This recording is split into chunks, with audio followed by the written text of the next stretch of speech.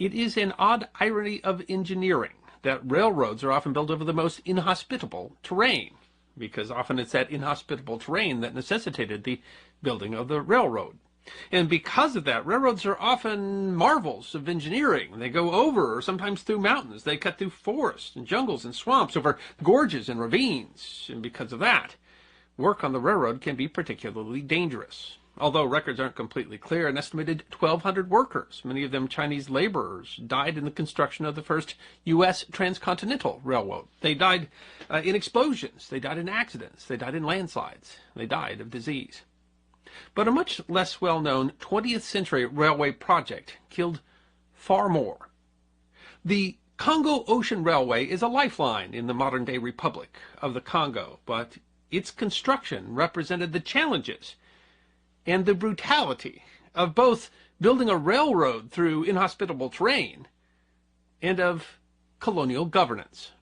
It is history that deserves to be remembered. In 1870, approximately 10% of Africa was under formal European control, mostly consisting of trading centers along the coast. By 1914, that would increase to some 90% of the continent. One startling example was the growth of the Second French Colonial Empire.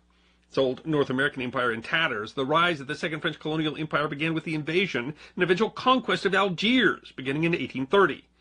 The empire continued to expand under Emperor Napoleon III and would become one of the largest empires in history. At its height, the Second French Colonial Empire represented more than 8.5% of the world's land mass, more than double that of the ancient Roman Empire. By the 1870s, the Second French Empire was growing in Central Africa, largely because of the charms of an Italian-born French citizen, Pierre Sévernon de Brazza. Born in Rome in 1852, de Brazza was the son of an Italian nobleman. With an early interest in exploration, BBC News wrote in 2006, he ingeniously managed to join the French Navy, as the newly established Kingdom of Italy hadn't yet acquired any ships. Brazza would become, according to Harvard Magazine, the greatest French explorer of his time. Brazza's natural charm and unhurried manner always seemed to enable him to establish friendly relations, the magazine writes. After leading an expedition into the interior of Gabon, he was awarded with French citizenship and sent on another expedition to the Congo Basin, largely with the goal of limiting Belgian influence in the area. It was there, along the north bank of the Congo River, that he made an agreement with the king of the Teke people, placing their lands under French protection. The king apparently saw the arrangement as an opportunity for trade and to gain an upper hand over rivals. This protectorate would become the French Congo. He established a French outpost at the Teke settlement that would come to be called Brazzaville. Upon his return, Brazza was hailed as a hero in France, and in 1886 was named Governor-General of the French Congo. Brazza was in many ways unique among the Europeans of the new age of imperialism, as BBC News noted. He was the only European explorer and colonialist to be honored at the beginning of the 21st century for what he gave to Africa, rather than for what he grabbed. As governor, Harvard Magazine notes, he spent a dozen years establishing schools, clinics, and job training programs. He required that all European traders pay their African employees a fair wage. The integrity of his administration earned him the rank of commander in the French Legion of Honor. Among his ideas for the colony was to build a railway from Brazzaville to the Atlantic coast. The Congo River, Africa's second longest river, second only to the Nile, is navigable for almost its entire length, allowing access to the resources of the Central African interior, except for Livingstone Falls, named by explorer Henry Morton Stanley after explorer David Livingstone.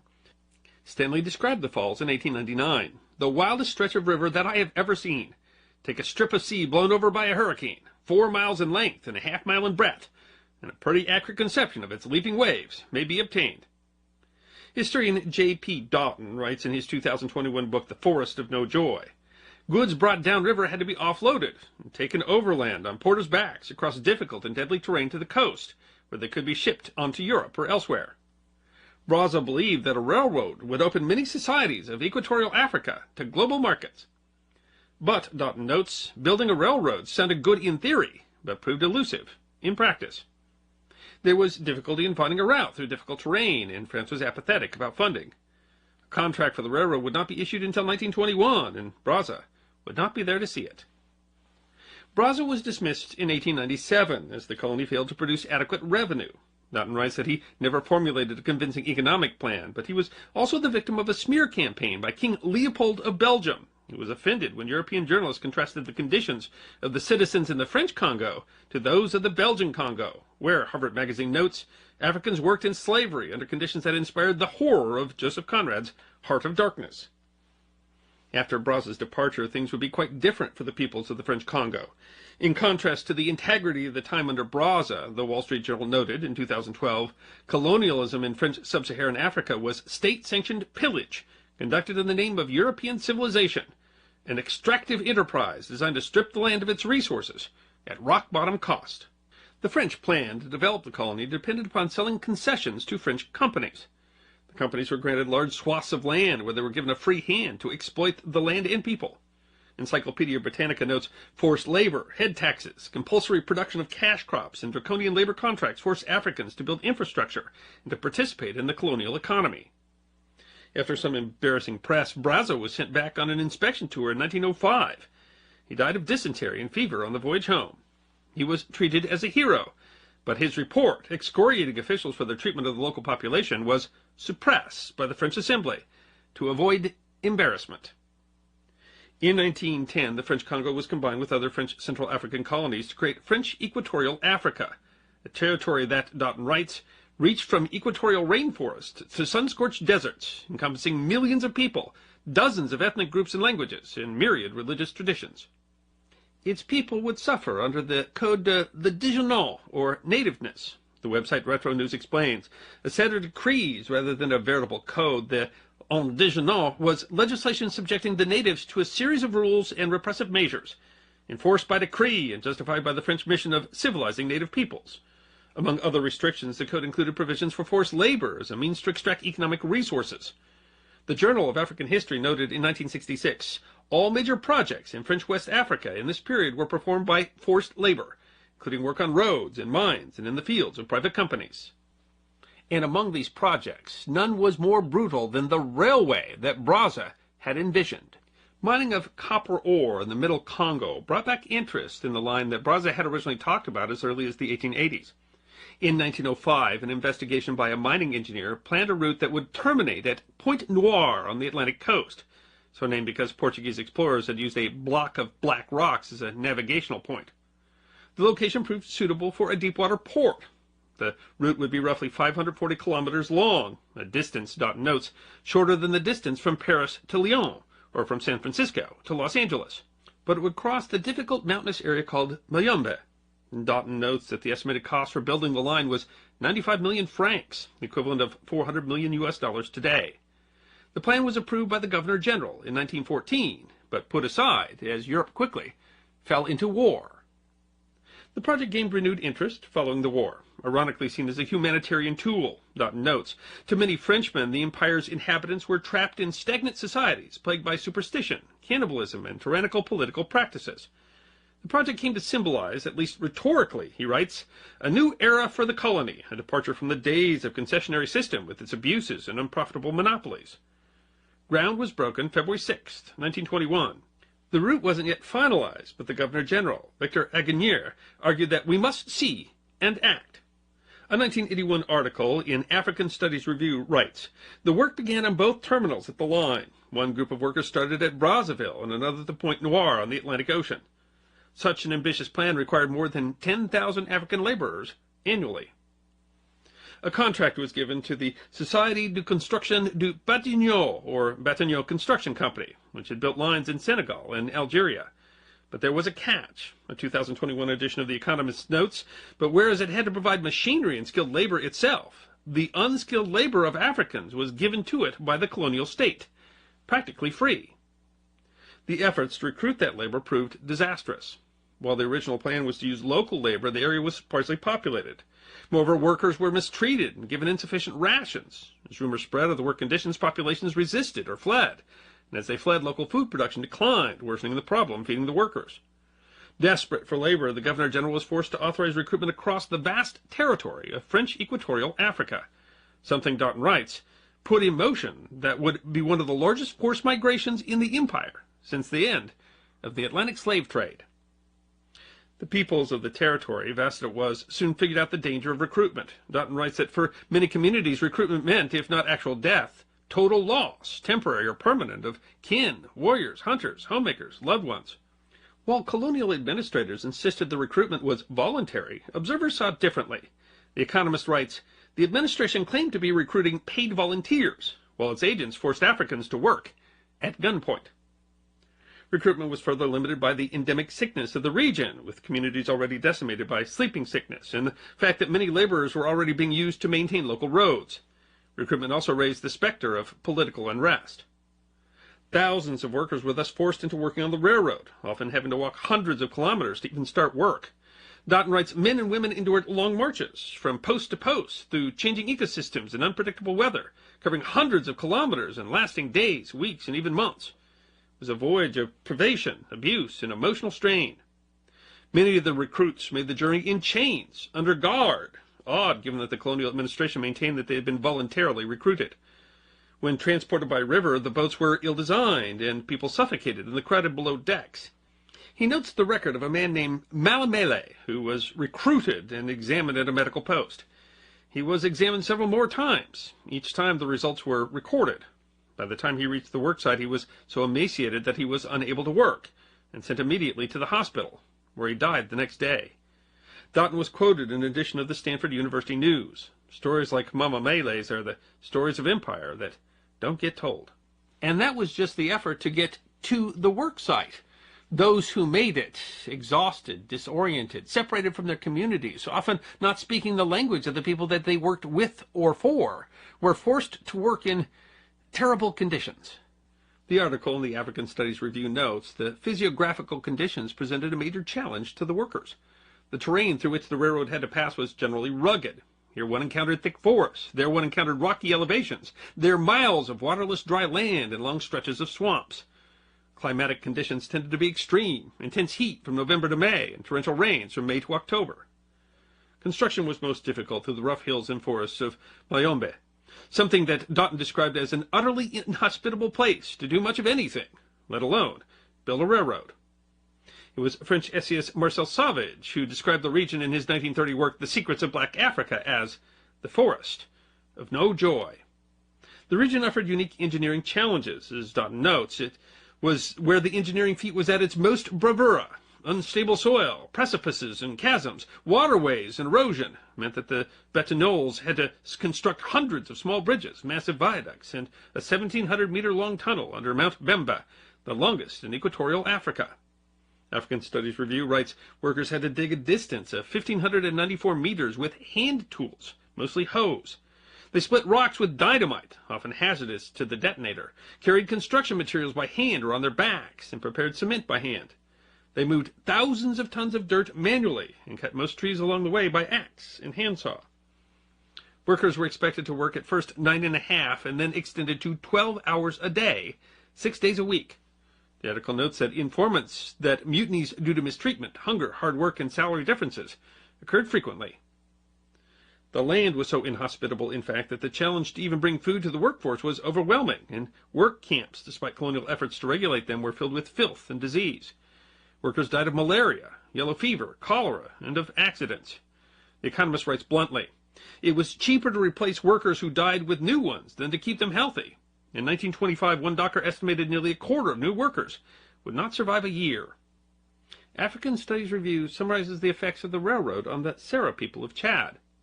The evidence reviewed suggests the project caused tremendous demographic setback for the Sera of Chad. Some 20,000 healthy men were taken from the prefecture alone between 1924 and 1934, adding to the registered deaths, the unreported ones, the frequent escapes, and the Sera who stayed at the Congo at the end of their contracts. The number of recruits who never returned home was higher than 50%.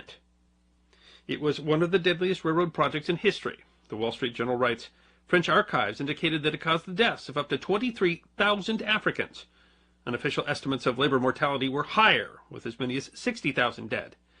In little over a decade, Mr. Doughton writes, more men and women died on the Congo Ocean than in 80 years building the pyramids of Giza. Eventually, the increasingly violent efforts to recruit workers for the railway led to native uprisings, including the 1928 to 1931 Congo Wera uprising, which killed as many as 100,000. The Republic of Congo gained its independence from France in 1960 and has since faced several periods of political instability.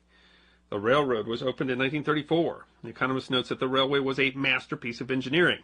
For decades, it provided the only means of transporting goods within Congo. The wealth of Brazzaville, still so named, was built on it. The railway still operates today, although a 2007 BBC report said that it was in decrepit condition, and railway accidents are not uncommon. Perhaps most surprising is that the many abuses in the construction of the Congo Ocean Railway were recorded by the French. In fact, colonial sources are the basis for much of Daughton's book. And yet these abuses were ignored or obfuscated. They were buried in legalese, or they were justified in the name of progress. Daughton concludes, the Congo Ocean offers an all too useful case in point for how the language of humanity can be used to explain the death of thousands. I hope you enjoyed this episode of The History Guy. Woof, man, oh man, the Katherine Massey book club, context of white supremacy. Much like Arnold Schwarzenegger, we are back. Today's date, man, Halloween, October 31, 2024. So I have been told. This is our 6th installment, Andrée Blouin's My Country, Africa, the autobiography of a Black Pasionaria. We are picking up in my text on page 147, Grueling Enterprises and Tragedy. We're picking up specifically where she's got a sick child and trying to get medication. Her brutally racist husband Charles has not been helpful, and she's giving him apple juice. I highlighted that specifically because food has been such a major theme in the text, and life gives you lemons, apples, you make apple juice. Anyway, the audio segment that we heard at the beginning, the history guy, they're talking about the construction of the Congo Ocean Railway.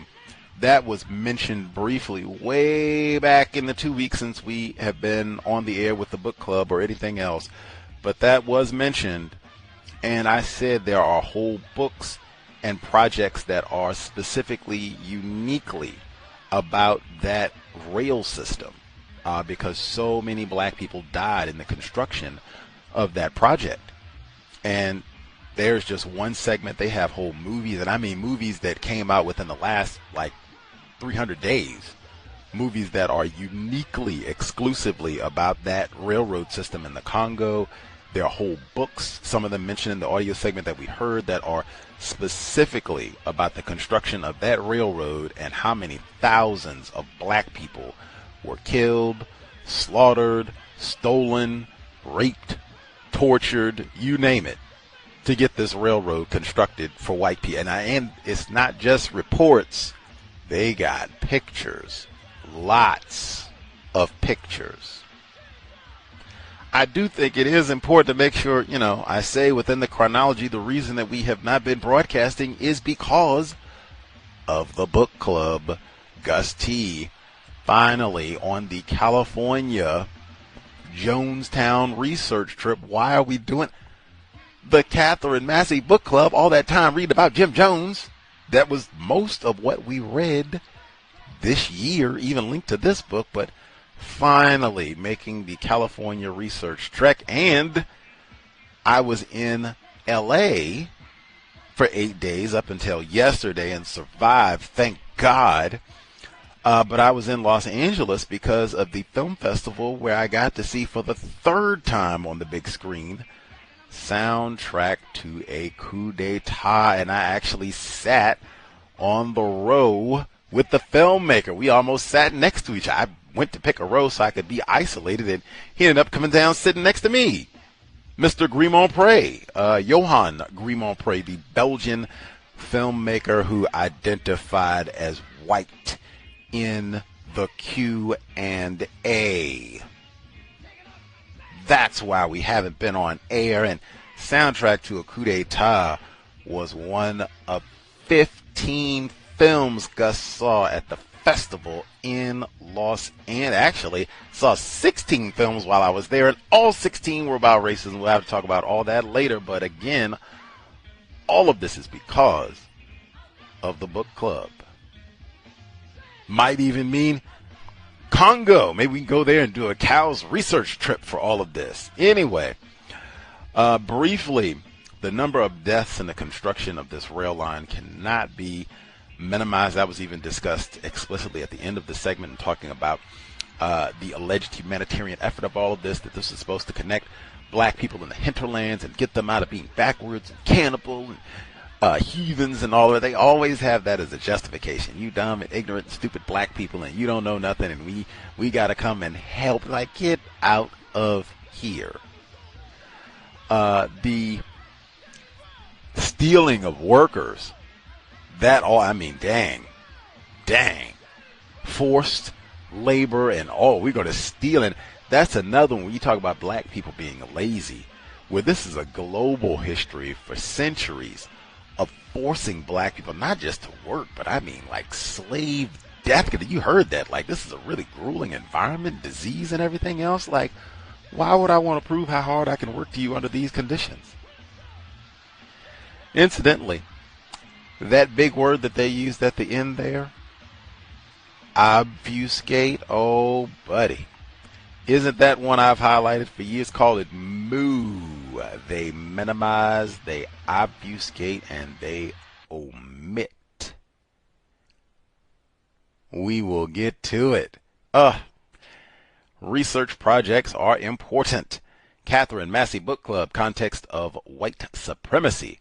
My Country, Africa. Andrée Blouin. It was a relief to have something, anything at all, to do that might ease Renee's suffering. I rushed to the stores and bought all the fresh apples I could find. Only the racist Portuguese merchants had them, and the fruit was from South Africa, but that was of no importance to me then. I pressed the apples for their juice and coaxed Renee to take it. Supporting his weak little body against my own, I held him up, putting the glass to his cracked lips. He did not want to swallow anything. It was as if his throat were sealed closed. Bravely he took a few sips. A few moments later he vomited the juice back up. In the hospital corridor I met my neighbor, who was now looking happy and relaxed. Her Pascal was improving. I was even more prostrated at this news, more outraged. From then on I avoided meeting her. I shut myself up with my child in his room, holding an ice bag to his poor burning head. Jealously I guarded for myself what remained of his life, unable to bear the presence of anyone in his room except the doctor.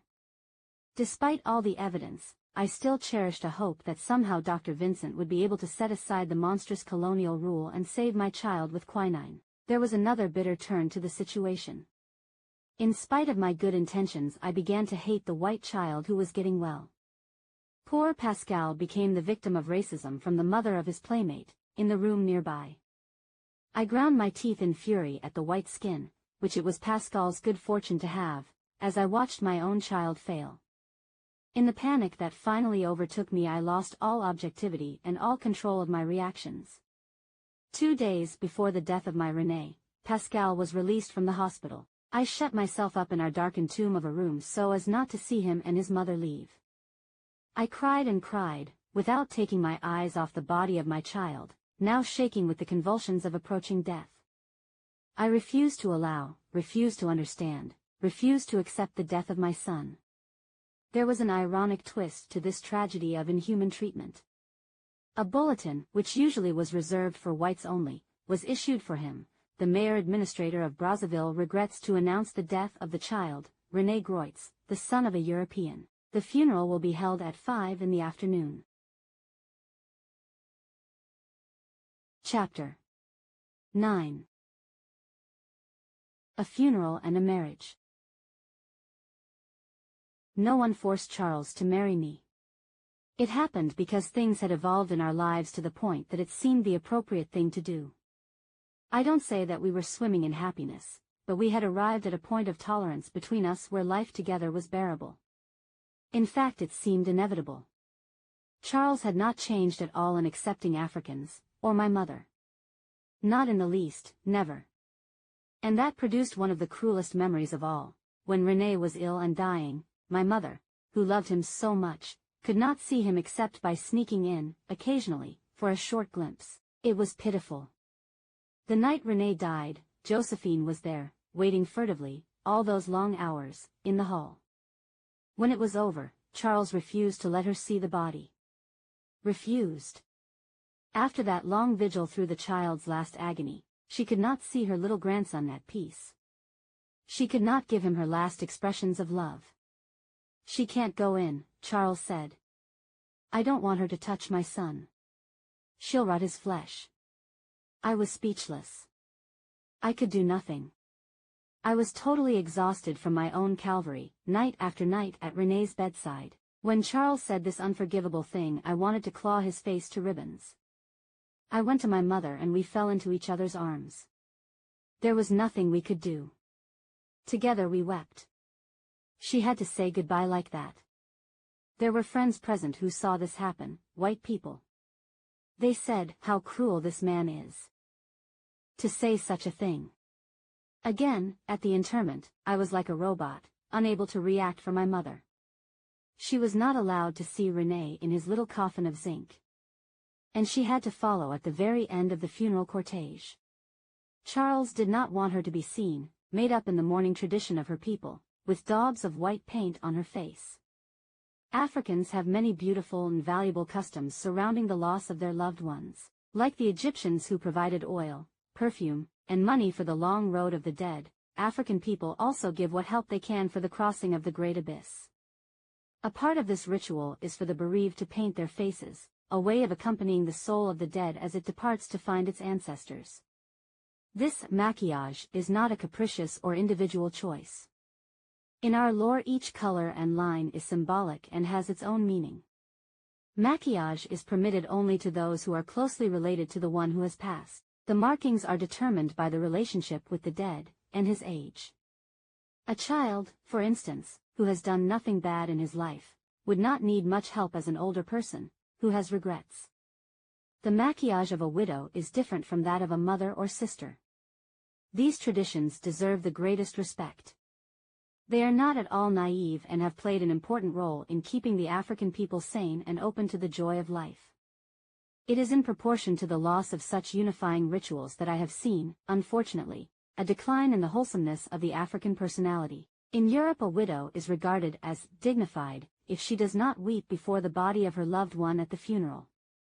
That is the European idea of dignity. But it has nothing to do with the African concept of life. We believe that we have bodies, eyes, mouths, lungs, hearts, arms, and feet to express life. It is through our bodies that we manifest our life, which to us is our feelings. When someone dies in our country, Africa, our feelings are strong and we believe they should be exteriorized. We say we help our grief to leave our body by using our body to help it leave. We may even dance to release our pain and grief, for when we are in pain, that pain is not only in our minds but in the farthest cells of our bodies. I understand that now Europeans say, "Go ahead and cry," or, if you are angry, show it, that this is recognized as a healthy catharsis. We Africans were right, after all, in exteriorizing our feelings. Renee's burial was as Charles wished it. My mother was there, outside the cemetery, with her white points painted in the middle of her forehead, and on the side. She had to wait until dusk to approach the tomb. Then, in the dark, she dug a little hole in which to place a small package of the things she wanted Renee to have for his long journey. Because of Charles Groit's cruel interdiction, she could not publicly offer her grandson the comfort of her African rights. The question is certainly going to be asked, why, after all these humiliations, would I stay with this man? I accept this question, for it is certainly a natural one. My answer is this. I could not bear the thought of my daughter suffering the same fate as my son. I had to look further than the immediate drama through which we had passed. The important thing was to give Rita a good beginning, and Charles Groit's seemed to be the key. Our destinies, I felt, were inextricably linked. He had treated my mother unpardonably, it was true. That was irreparable. He had a child who had died, but we had another who was living. Over the cadaver of my little son I had again suffered the shame of my race from my husband.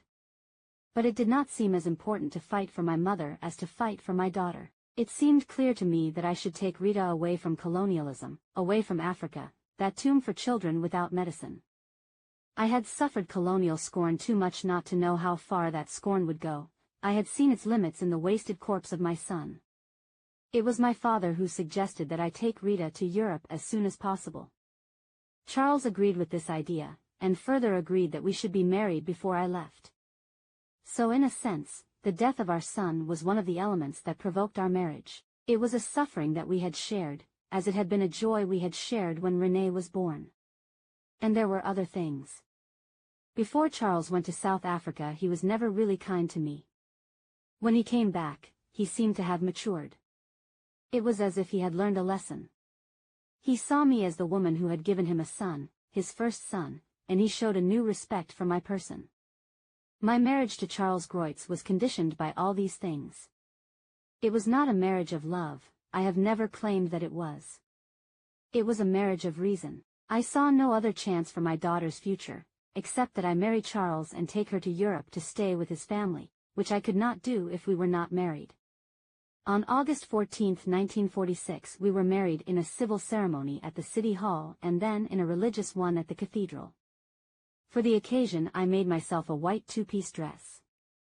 I wore a big, soft, brimmed, organdy garden hat with a ribbon and carried a bouquet of tiny, pale pink roses.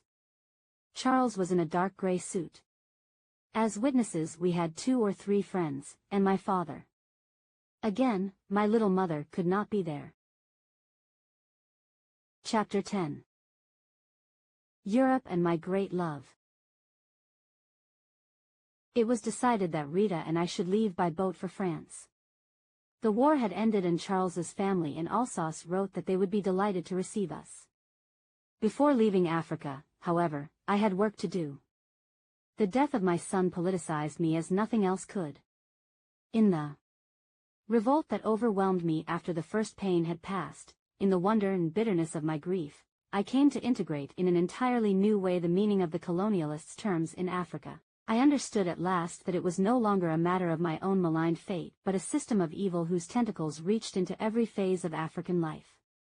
I experienced this evil in the grief particular to a female, in an orphanage for girls, as a repudiated mistress, and most of all, as the mother of a dying child. For men there were other kinds of torment and degradation. The difference between my new attitude and the old one was a matter of clarity of vision. I had suffered intensely for the blacks who were whipped with the chicot, and I had been outraged by the forced marriages of my friends.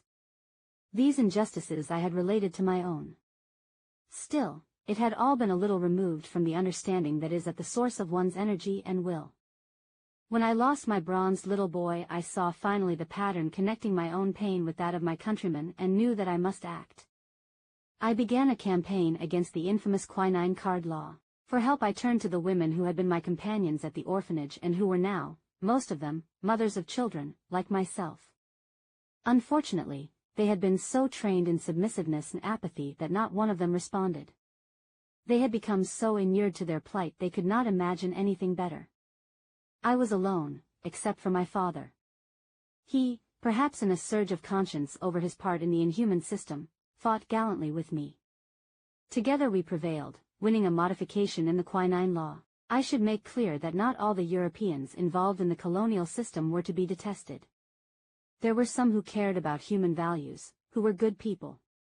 But the colonial system was not designed to recognize human values. It was created to ravage the country, to make beasts of burden of its people. This was the whole purpose of colonialism, to keep the blacks in submissive service to the whites. But even at that epoch there were whites who had the courage to denounce the colonial system. They were only a very small part of the whole. Still, it is necessary to remember and to distinguish between them and the others. There were some, even in the French administration, who applied the yoke of colonialism in moderation. We could see in their eyes a kind of sympathy for us, as if asking pardon for what they inflicted on us. That is true.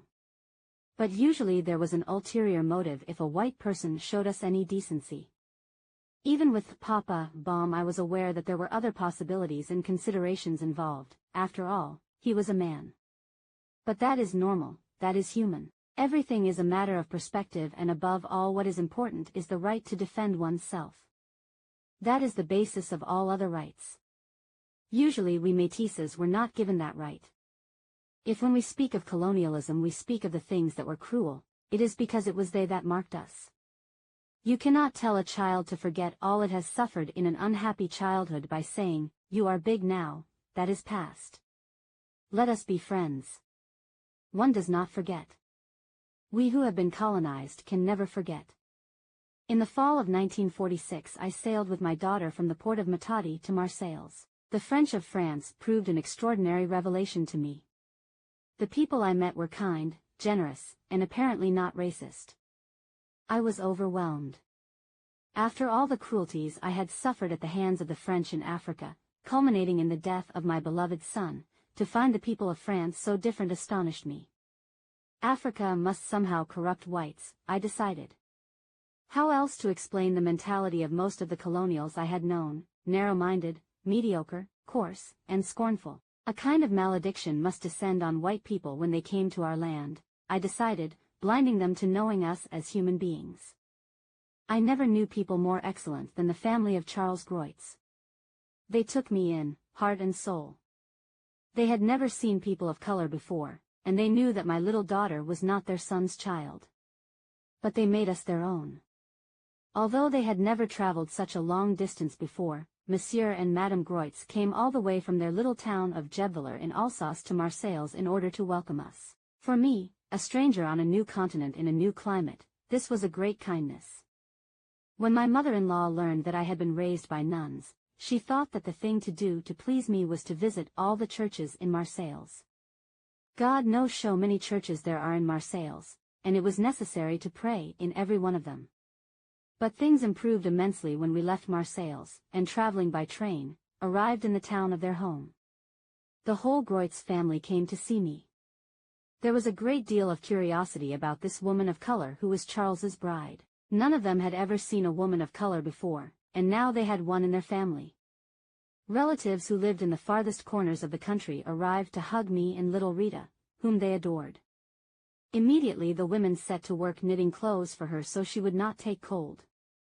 I don't know how many socks to wear to bed they knitted for us. Since the end of the war there was no wool to be bought anywhere, none whatsoever with which to do this knitting. So the women unraveled their old shawls, to make things for us. They deprived themselves of useful things, to be good to us. I was deeply touched. My mother-in-law managed to buy a pair of rabbits and made house boots of the pelts for me. That was the winter of 1946, a terrible winter, still remembered in France today, one of the most severe in history. There was no coal for heating, and the houses were icy. Milk froze on the kitchen table. Clochards died in the streets. But the C.O.W.S family did everything they could to keep us warm. My mother-in-law was a small, stout, robust woman with a great deal of character. Work was her life. She could not stay still for 5 minutes, she had to get up and do something, that was her way. My father-in-law was a good-natured man, young and lively in his manner. He still glanced at pretty girls out of the corners of his eyes. His wife teased him about this. "Look at you. Still watching the girls go by, at your age." This was only a family joke, Madame C.O.W.S was not really worried. I stayed with these good people for 2 years. Charles came to visit several times during this period, and each time the two of us went to Paris for a fling. He had plenty of money then and could afford to buy me beautiful dresses and extravagantly priced gloves and shoes. As we strolled in the city's fine parks or on the Champs-Élysées, I had the satisfaction of feeling as well dressed as anyone. In 1948, homesick for Africa, I returned, leaving Rita with the C.O.W.S family. She was to go to school in Alsace for the next 4 years, giving much happiness to her grandparents, who truly loved her. Back in Bangui I found Charles involved with another woman, which was hardly astonishing. The real surprise was that I was to meet, in our own house, the man who was to become my second husband. The hotels were full and there was plenty of room in the big new villa that Charles had built in town so we could leave the coffee plantation. Charles had given a visiting engineer for the French Bureau of Mines, Andrée Blouin, a room in our home, a courtesy often extended among colonials. It was there and then that the great romance of my life began. One does not choose love, one is taken by love, one is overwhelmed by it. Love is an uninvited guest, pervading the soul. In 1948, for the first time, I fell deeply in love. I did not fall in love with a white man. I fell in love with Andrée Blouin, who was a white man. All my life I had been trapped by racism. Why should my heart turn now toward that which had so often made me suffer? Was this to be another twist, even more cruel, more cunning, to the hateful contradictions in which my life had been conceived? If we had met elsewhere I might have deceived Andrée about my background and my family. But it was there, amid all the evidence of my origins, that we met. Around us, everywhere, were the manifestations of this white society, with its arrogant claims, and these black people, with their constant penance for the color of their skin. The position of the person of mixed blood of those years is not to be compared with what one finds today. Now, everywhere, there are thousands of lighter skins, a comfortable, many-toned layer between the black and white. At that time there were only rare individuals, highly visible, even odd, the strange detritus of two societies that had surreptitiously touched, and in that touching left a reminder of forbidden greed. Every detail concerning the one we love is a source of interest and pride. I can recite André's life as if it were my own. A Breton, he was born in Avranches in 1912 and studied at Rennes. In 1933 he received his degree from the École Polytechnique in Paris. During the war he was a captain in the artillery, serving in Lebanon, Syria, and Morocco. With the occupation army he went to Italy, France, Germany, and Austria. After his demobilization in October of 1946 he was sent a second time to Morocco where he received the Croix de Guerre with 2 citations. In 1947, a civilian again, he went to the Ivory Coast as chief of a mission prospecting for diamonds. A year later he was sent to Bangui. It was marriage with this white man, I am sure, that gave me the courage to fight the colonialist system. When I see how my friends who married colored men remained stuck in their humiliating resignation, I do not believe that I could have moved forward as I did, unaided. I was never courted or asked in marriage by a black man, should explain. If I had fallen in love with such a man, of course I would have married him. But my ways were not those that would attract an ordinary black who was accustomed to expect a docile, long-suffering wife, one who, having borne much from the whites, would accept in her home further injustice from her black husband. My fierce independence undoubtedly set me apart. I was not cast in the usual mold. This is not something I regret. I don't blame black men for their ways. They were taught what they were taught, and this was, often, to treat their wives the way the whites treated them. This seemed normal in a hierarchy of power rather than a relation of feelings. To show little respect for their wives was the only way that they could assert, in their homes at least, that they were men. The wife of the black man, then, suffered the double injustice of her husband's authority as well as the white scorn. This is not to say that black men were not deeply attached to their wives, with whom they had lifelong, deep bonds. But often these attachments were expressed in a manner that I was unable to accept. Not for me was the roving eye of the man who lived in polygamy. Nor could I give myself in a life of love and service from the bargain position of a dowry, my mind, body, and person marked in the rude terms of material possessions. Dear as was my mother and the customs of her brave people in their simple village near the river, I was my father's daughter in my uncompromising pride. I wanted to be one for myself alone on my own terms. Somehow, Andrée Blouin had escaped the colonialist mentality. This good-humored, pipe-smoking man was to give me the equilibrium I needed before I could begin my real political life. I found in him a husband on whom I could lean, a generous, understanding man who put human considerations before his own interests and who was willing to let me develop in the work to which I was drawn. He did not assume that my role as wife should take precedence over my duties to my people as an African woman. But those choices were still years away. One of the things I most appreciated in Andrée Blouin was his kindness to my mother. After the way Charles Groits had treated her, I was profoundly grateful, deeply touched. When I introduced Andrée to her, he said, "How do you do?" and shook her hand. My mother was overcome.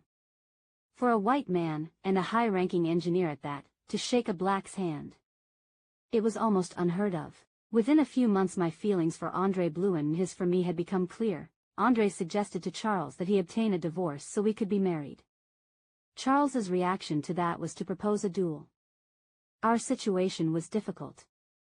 But I was madly, madly in love with this distinguished man who was to prove to be the great good fortune of my existence. Eventually Charles and I were divorced. He was well on his way to consolidating a handsome fortune. I left without a backward glance the enterprises on which I had worked so long and hard, to follow my heart with the tall, bespectacled polytechnician who also needed a divorce before we could be married. Eventually it was arranged. In the meantime Andrée Blouin's work for the French Bureau of Overseas Mines took him to C.O.W.S, Guinea, and I went with him. We were to remain there 7 extraordinary years. Chapter 11. C.O.W.S, Land of Gold and Thirst. In Bangui, Andrée Blouin had been director of the diamond mining operations of his company. In C.O.W.S he was in charge of the French government's research in methods of mining gold. C.O.W.S is a feverish place. Located near Guinea's border with Mali, it is known as the Land of Gold and Thirst. The climate is scorching, dry. Each year, in the hope of making a fortune, thousands of gold prospectors poured into the area from all the corners of French West Africa. During the dry season, from March to June, when the heat was greatest and the thermometer often registered 40 degrees centigrade in the shade, as many as 50,000 souls converged there in a mad dream of finding gold. Whole villages of straw were built in days, and the pitiless quest was on. Feverishly, deep pits were dug in the alluvial deposits, the precious auriferous dirt was pulled up, sometimes 15 meters, by hand, in baskets for the women to wash in nearby streams and pools. It was a desperate business.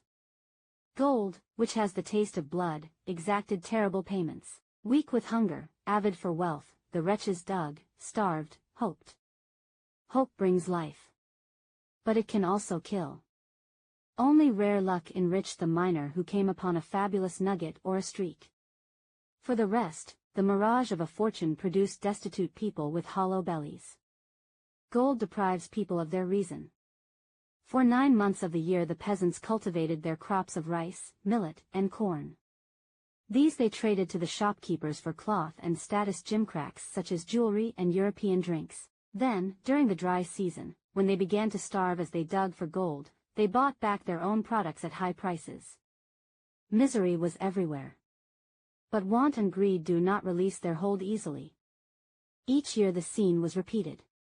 The haunting names of Africa's legendary Far West villages remain: Courmayeur, Quintinio, Fatoya, Dubaya, and Kofi-Late. Andrée Blouin's job was to modernize the old-fashioned placer methods of washing for gold. This he did, enabling commercial operations to take place all year round. The blacks as well as the whites liked this easygoing man. Because of his patience and integrity, his name was pronounced with great respect in Upper Guinea. The population of C.O.W.S was composed of about 30 Europeans, a few Lebanese shopkeepers who formed a group apart, and the blacks. The black people were intensely political and furiously divided among themselves. Like the burning sun, political passions raged. There was a constant fever of excitement and many sensational political trials. The whole country of Guinea, in fact, was in the midst of a political tempest, which was spreading through Africa. General de Gaulle was a man of vision in international affairs. 3 times during France's hour of need, Africa had come to her aid. In acknowledgement of these debts, and also because he was a man of history who recognized the inevitable when it was stepping on his toes, de Gaulle had promised the colonies their freedom. He announced that a referendum would be held. The people of each colony would be given the option of deciding whether or not their state, when it became independent, would remain in the community. That is, within the economic, diplomatic, and military orbit of France. The Rassemblement Démocratique Africain, RDA, a political group formed to arouse and prepare the people of all the French colonies for independence, was becoming a major force. While it could not be banned, it was intensely feared by the French administration, and on one excuse or another, members of the RDA were being thrown into prison by the dozen every day. In Guinea their leader was C.O.W.S, and he was campaigning to have Guinea cut free, to have no ties with France at all, after independence. This, of course, infuriated the French, both in Guinea and in the metropole. I had never heard anyone speak for the rights of Africans as he did. In Ubangui, Africans were just beginning to dare to go into a café. In Guinea I found a completely different attitude. There were blacks who dared to hold the gaze of a white. To keep one's eyes upon a white for 10 seconds in my country would have been considered a terrible insolence. Here it was considered a form of freedom. I arrived in C.O.W.S on the arm of Monsieur Blouin and was accepted everywhere as his wife. I was not yet married to him, but I was beautiful and happy. The people in the French administration received us without hesitation, and we passed agreeable evenings with them. I enjoyed my new status. It made a coward of me. The conversation of these officials and their wives, I found, inevitably turned to one topic, the RDA. Each of them had a horror story to tell of how their boy or chauffeur had been found to belong to the party and had been arrested. I listened to this talk with a mindfulness that they did not suspect. Justice must be on the side of these Africans, I told myself. They would not submit to such persecution for nothing. I saw this movement as Africa arising. Still, I did nothing. I dabbled in charity events, enjoying life as Madame Blouin. Our home, the Hermitage, was 4 kilometers from town, high on a lonely bluff above a majestic river, the Great Niger. The house had been built by a C.O.W.S businessman as a weekend retreat. It was a simple structure of wood and bunco, a mixture of clay and cement. To enlarge our living quarters I added a large, circular straw hut, a payote, which served as our bedroom and study. Man began life in caverns and tents and straw huts. Those were the beginnings. Real life is there. In such simplicity is the real condition of life. I helped in the construction of our straw hut with my own hands, and I rejoiced in living there. Each day I sprinkled water on the beaten earth of the floor, to make it cool. Never was I more in my element. I felt the soul of my people, the soul of my ancestors under that straw roof. In such a reality one finds a living presence. I was disappointed when I returned to my old quarter in Poto not long ago and found that the straw huts that were once so common had disappeared. The people say that because the town has been extended, straw cannot be found in the fields a few hundred meters outside, as before. But that is only an excuse. It is because the people want to be chic and modern that they have a house with a roof of metal. But this is a serious mistake in Africa, where the roof is low and not insulated. The strong sun cooks one inside, it's mortal. Straw is infinitely cooler. Of course one must take care of straw and change it every 2 years because with the humidity it rots. But there is nothing better than a well-maintained payote. I don't know why our people abandon their traditions, which are so healthful and reasonable, to follow the ways of the whites, to imitate, badly, a style that is not useful to them at all. There was a new equilibrium to my life in the happiness I found beside Andrée Blouin. And yet, despite my greedy relish of this undreamed-of fortune, I was often seized by moods of sadness. It was as if I could not be truly happy if the rest of the world were not happy with me. That was the way I interpreted it, when a sense of tristesse, almost nostalgic, brought me to unexplained tears. I began to write poetry. During the hot afternoons, at my table in the payote, I let my feelings spill forth about the death of René, about the madness of the gold miners of C.O.W.S, about my desolation as a child of mixed blood. I wrote of love, word born in a rose. The pronouns have always made music of this verb, to love. I wrote a poem blessing my mother. I wrote ardently of the forest of my childhood, of the tam-tam, of the black woman, of a dawn after a night of love. I wrote of my sadness. Tristesse. Noblesse. Your presence is dear to my heart. Your serenity gentles me, brings me to calm and reflection. And my soul loves to shelter you. You raise me to the purity of your heights. God is in you, sadness, it is when you are in me that I can love most. Also, at my table, I wrote prosaic letters to my father in Bangui. Only once, in all our relations, did I reproach him for abandoning me as a child and delivering me to the nuns. Only once did all the grief and fury, pent up in me for years, break out in words of accusation. But when they came, they were cruel. It was in 1950, in France. My father had gone to Paris for medical treatment. I went there to be with him. The funds I was expecting from Andrée were slow in arriving, so I asked my father for 15,000 francs to pay my hotel bill. He refused to advance me the money. At this I became so furious that I said things that I had never said before. I accused him of letting me grow up in ignorance, of abandoning me to strangers, and of giving me a childhood of such misery that I suffered still. I should have told you a long time ago, I raged, about how I felt. About all my confusion and pain. About how you ruined my life. He was so bent over then, so old and ruined himself. I always guessed that you had a bit of hatred in your heart for me, he said, shaking his head. Beyond myself, I answered, not just a little. He looked at me a long time, but said nothing, absolutely nothing. What was there to say? He had no one else whom he really cared for, in France. I was the only person he had. I had never thought of throwing those things in his face. I hadn't dreamed that I would make such a scene. It had simply escaped me. Here he was, paralyzed, and I was there to be near him, and he thought I was asking too much. He had done a lot for his country, it was true.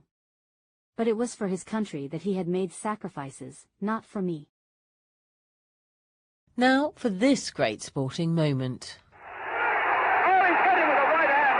He's got him. Oh, my God, he's won the title back. Ali is heavyweight champion of the world at 32 in the 8th round by a knockout. It's 50 years since the boxer Muhammad Ali beat George Foreman in what became known as the Rumble in the Jungle. The fight took place on the 30th of October 1974 in Zaire, now the Democratic Republic of Congo. Muhammad Ali biographer Thomas Hauser said it helped build the boxer's legacy. He said on numerous occasions to me that he was at his best as a fighter when he was young. That the fight that was the best for fans was the Thrilla in Manila, but the fight that meant the most to him was regaining the heavyweight championship of the world against George Foreman in Zaire. We're not talking about the Rumble in the Jungle now because it was just a fist fight. It was Muhammad Ali. And this was one of the important cornerstones of his legend. Well, Muhammad Ali has, of course, since died, but Andrew Peach spoke to the man in the other corner of the boxing ring at the time, George Foreman, who was the favourite to beat Ali in the fight. But how did he feel going into it? I had walked through the contendership, and I'd beaten the best one in boxing, Joe Frazier. Then I backtracked and beat all the guys who had beaten Muhammad Ali, so all the reporters and the experts said, oh, he's not going to last one round with George Foreman. But of course, other things came to play, like that fast right hand from Muhammad Ali. Did you go into it utterly confident, as all the journalists and fans were, that he had no chance against you? I had always been real nervous, butterflies before boxing matches. But for the first time in my boxing career, I was in Africa, didn't have any butterflies, was not afraid, and it was probably the most comfortable I'd felt before a boxing match that night. So when you heard Muhammad Ali talking the talk and saying he was going to beat you, you thought he'd got no chance? He didn't say a word to me. His talk was to the media that went across the world. So a lot of things went on, and I never heard him boast at all until seconds before the boxing match when we came to the center to be introduced by the referee. And did you have any exchange of words at that point? Yes, he looked at me and looked like he was trying to psych me out because I stared at him with a fierceness. He said, George, you don't have business in here with me. You were in high school when I won the championship of the world. And I almost burst out laughing because I never saw a day in high school in my life. Somebody told him wrong. Once you're in the ring with him, did it feel like it started well from your point of view? Did it feel like it was going the way you expected? Yeah, one punch led to another punch. I never had to defend myself in the ring. And what was he saying to you during the fight? Because those of us who've seen it can see that he's talking to you. What was he saying, if you remember? I remember one frightening moment, could have been about the 6th or 7th round. I hit him so hard, he said, "That all you got, George?" I remember that. And how did you feel at that moment? I wanted to tell him, "Yep, that's all I got."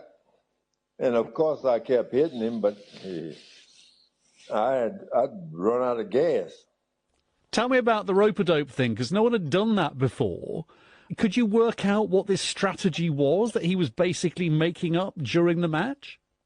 Well, my thing was to corner a guy, cut the ring off, and then batter him up. And a couple of times he tried to move, and it wasn't there for him. I cornered him and just started hammering him. And it must have been about the last or third round. I wailed on him, and the bell rang, and he looked at me and looked as if to say, "I made it, I made it." And I looked at him and said, "He made it, he made it." That was a surprise and turning point in that fight. I don't know how he made it. Tell me about the end of the fight. Well, as swiftly, I kept following him around, trying to knock him out. He slipped, and when I missed him, he slipped and hit me with a 1-2, the most fast right hand I'd ever not seen, if you know what I mean. He hit me, and that right hand wasn't powerful. It wasn't anything but so fast. And there I was tumbling down like a tree and waiting for the ref to count. And I jumped up, the fight was over. The man was fast, and I'd heard about his speed, and I kind of laughed about that, but he threw that right hand lightning fast. It's 50 years ago, George. How do you think about it now, reflecting on that moment, probably the greatest moment in Muhammad Ali's career? How does it feel to you to be retelling the story to me now? You know, I'm glad because I was there that people can talk with me about it 50 years later, not hear a third-hand report. And I'm still alive to talk about it. It turned out to be the best thing that ever happened to me. I became an evangelist, preaching on the street corners, and nobody knew me. I'd cut my hair, had overalls on, and people wouldn't stop. And then one day I decided, yes, this is George Foreman. I fought Muhammad Ali, Joe Frazier, and people started to stop. The boxer, George Foreman. Katherine Massey Book Club, live in San Francisco. End of section A of Andrée Blouin's My Country, Africa. Now, I heard the white Belgian filmmaker Johan Grimonpré, he pronounced her name Andrée Blouin.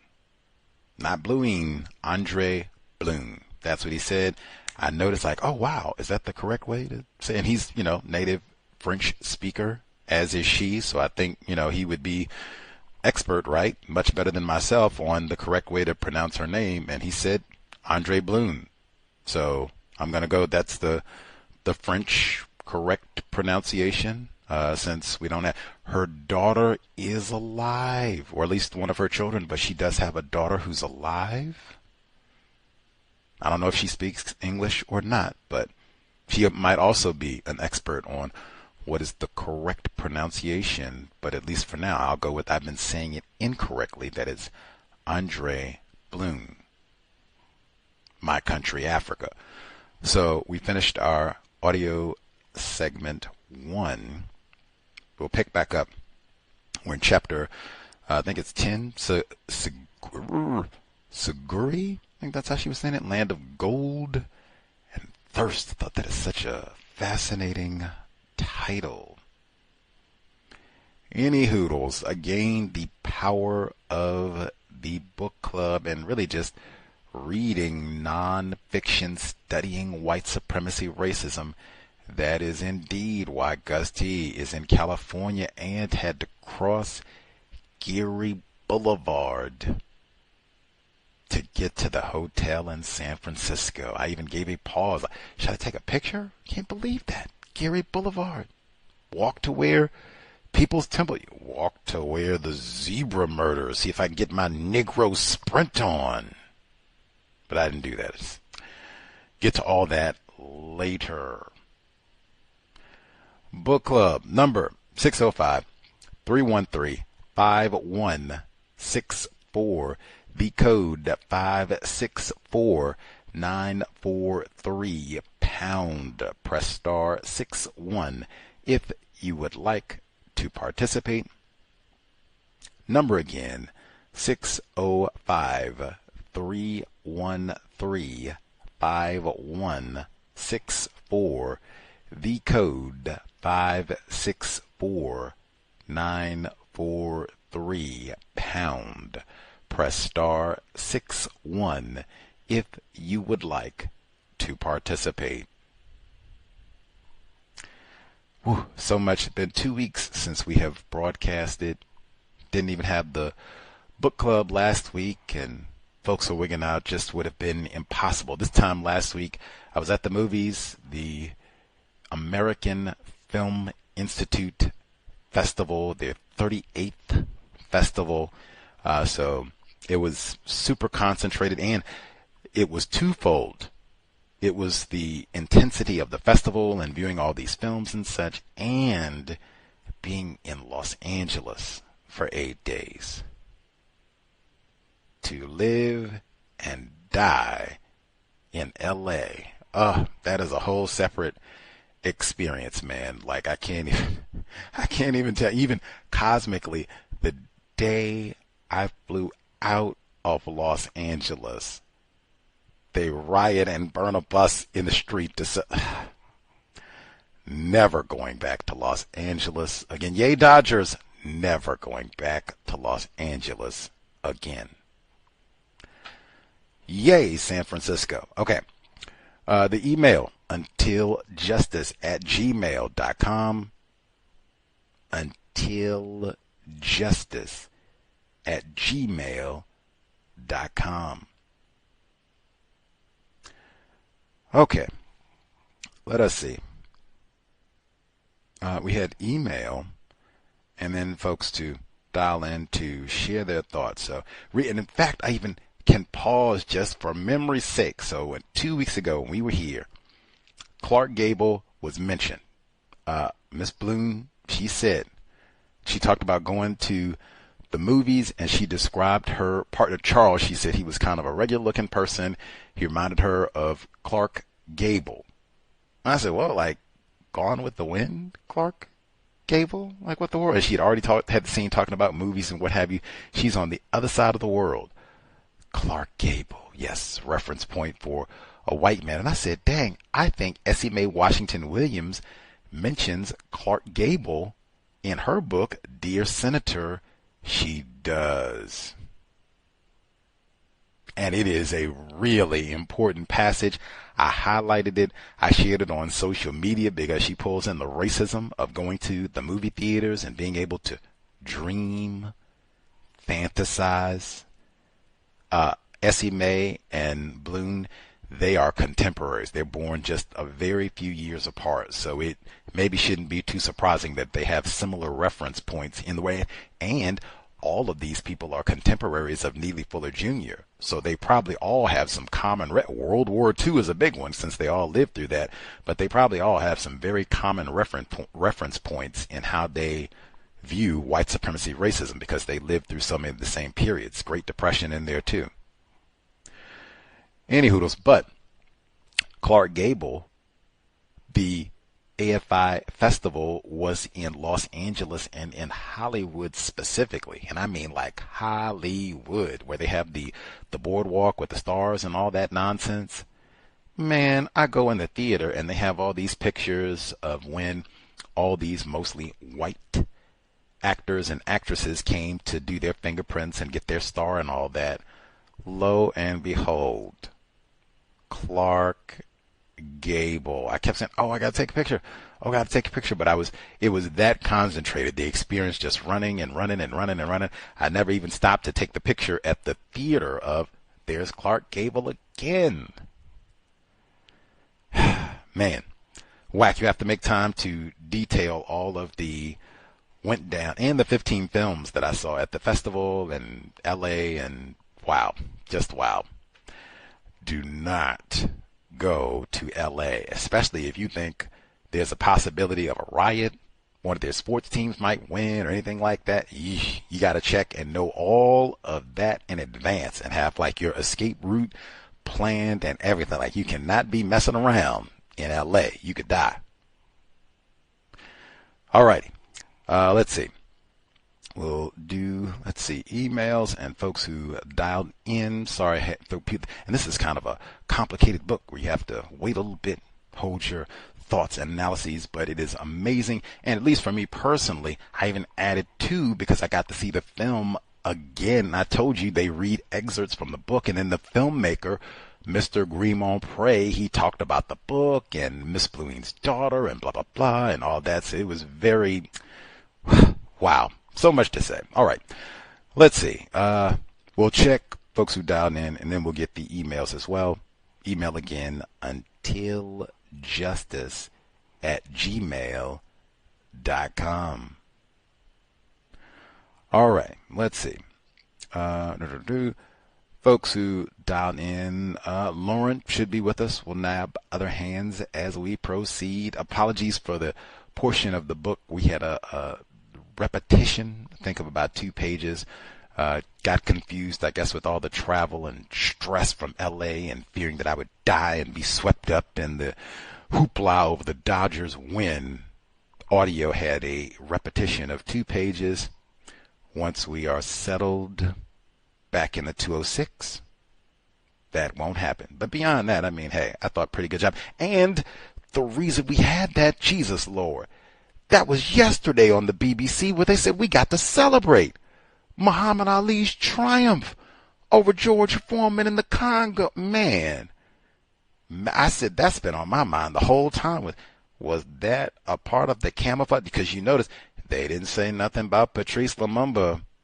They didn't say nothing about the Congo Ocean Railroad or none of that. All of that is erased, and we just had a grand old time in Mobutu land. And boy, that Ali is fast. Woo! Get you a George Foreman grill too. It's been on my mind the whole time, and 50 years from when it actually happened. Whew. Amazing. Patrice Lumumba didn't even live to see all that. Andrée Blouin probably wouldn't have been allowed in the country to witness any of that. Any hoodles. Remember, played that report last week where they talked about where they killed about 100 Negras, Congolese dudes, privileged, patriarchal, sexist black dudes, rounded up and killed them just to make sure that white people would be safe while in Kinshasa.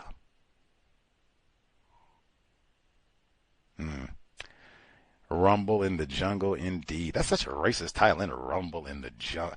The jungle is Los Angeles. Jesus Christ. Anyway, Shamika Harris should be with us. Let's see.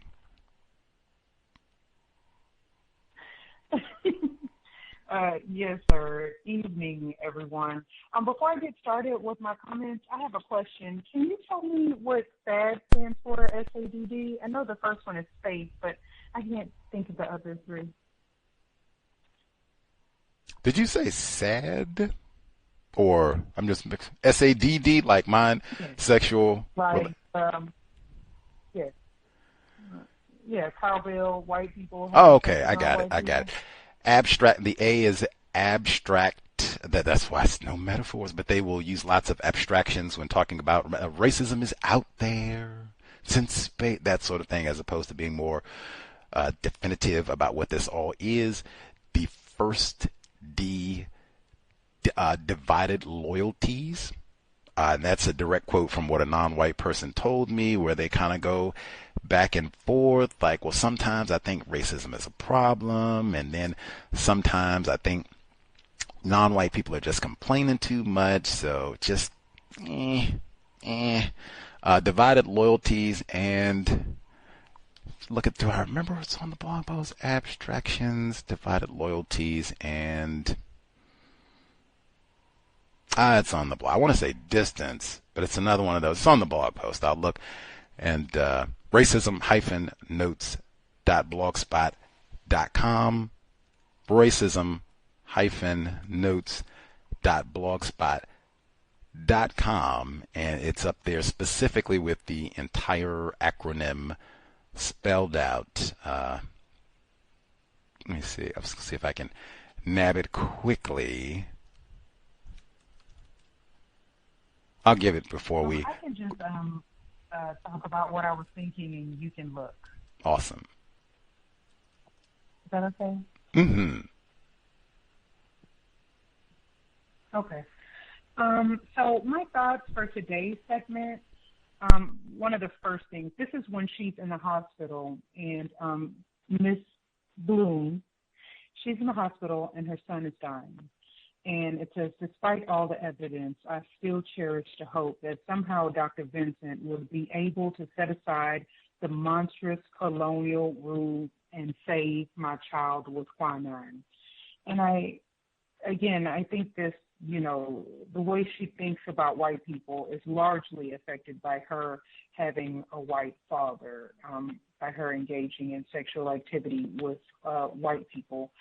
Things like this. And monstrous colonial rule, BGQ, I think stop practicing racism might have been more accurate. Like if you read it again, I still cherish the hope that somehow Dr. Vincent would be able to stop practicing racism and save my child with quinine.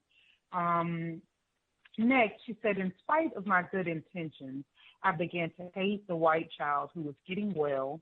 Poor Pascal became the victim of racism from the mother of his playmate in the room nearby. I ground my teeth in fury at the white skin, which it was Pascal's good fortune to have, as I watched my own child fail. Now, she thinks she's being racist because she is angry about white people practicing racism. This is not racism. It is a reaction to racism, white supremacy. Non-white people are subject to so much mistreatment that we get confused about who is doing the mistreating. Now, I'm not saying anger is the most constructive response to racism, but it's still a response. And different people respond to mistreatment in different ways.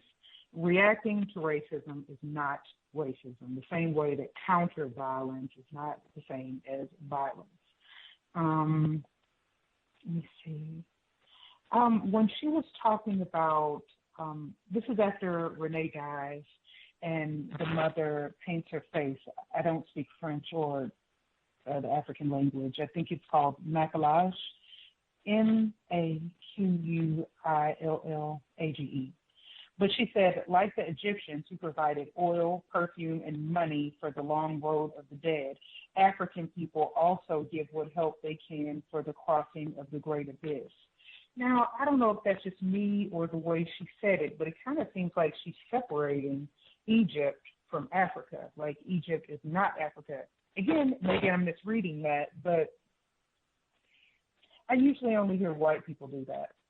White people like to act like Egypt is not a part of Africa because they don't like to think of black people building these pyramids, and they hadn't. Well, that's how I process it in my mind. I don't really know what they're thinking. The way, let me see.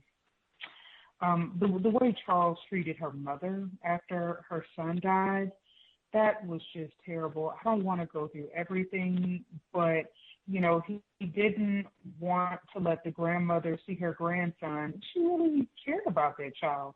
It said after the long vigil through the child's last agony, she could not see her little grandson at peace, She could not give him her last expression of love. She can't go in, Charles said. I don't want her to touch my son. She'll rot his flesh.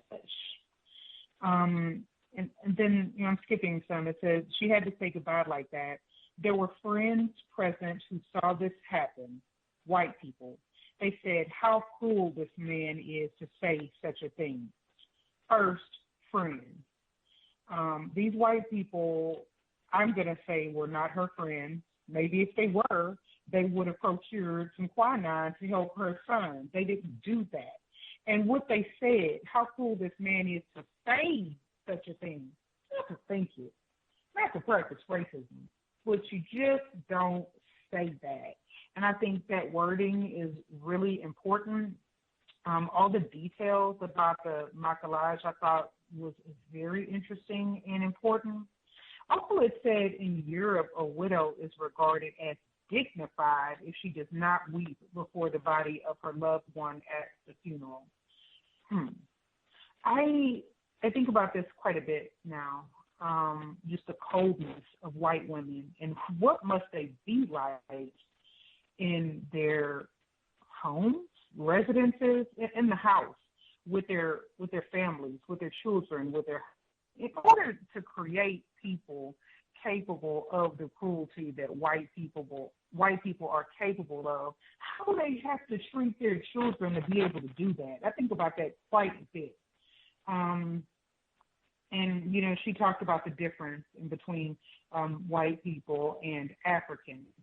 She said that's the European idea of dignity, but it has nothing to do with the African concept of life. We believe that we have bodies, eyes, mouths, lungs, hearts, arms, and feet to express life. It is through our bodies that we manifest our life, which to us is our feelings. That was interesting. Let me see. She said we had a child who had died, but we had another who was living. Again, I mean, there is another child and there is Charles and her, but that's not their daughter. Maybe I'm just thinking too much about the way she said it, but again, that's not his child. That's not his offspring. Let me see.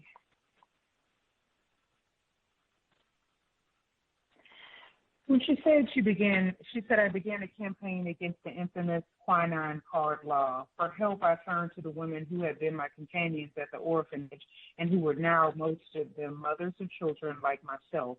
Unfortunately, they had been so trained in submissiveness and apathy that not one of them responded.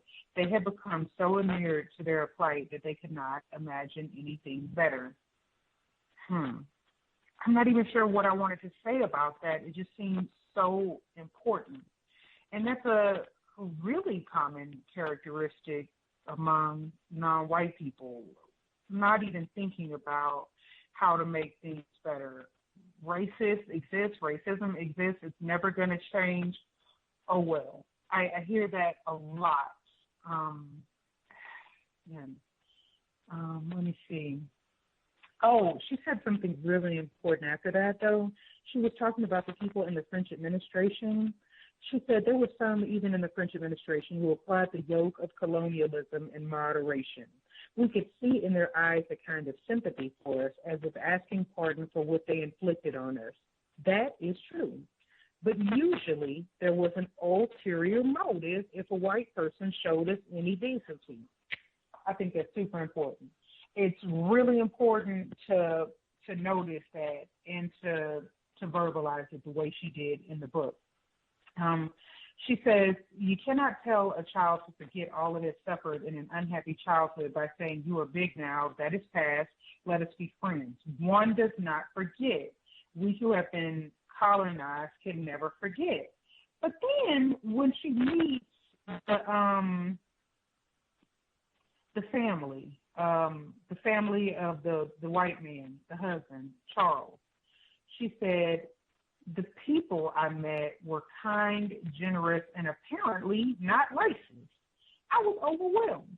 After all the cruelties I had suffered at the hands of the French in Africa, culminating in the death of my beloved son, to find the people of France so different astonished me.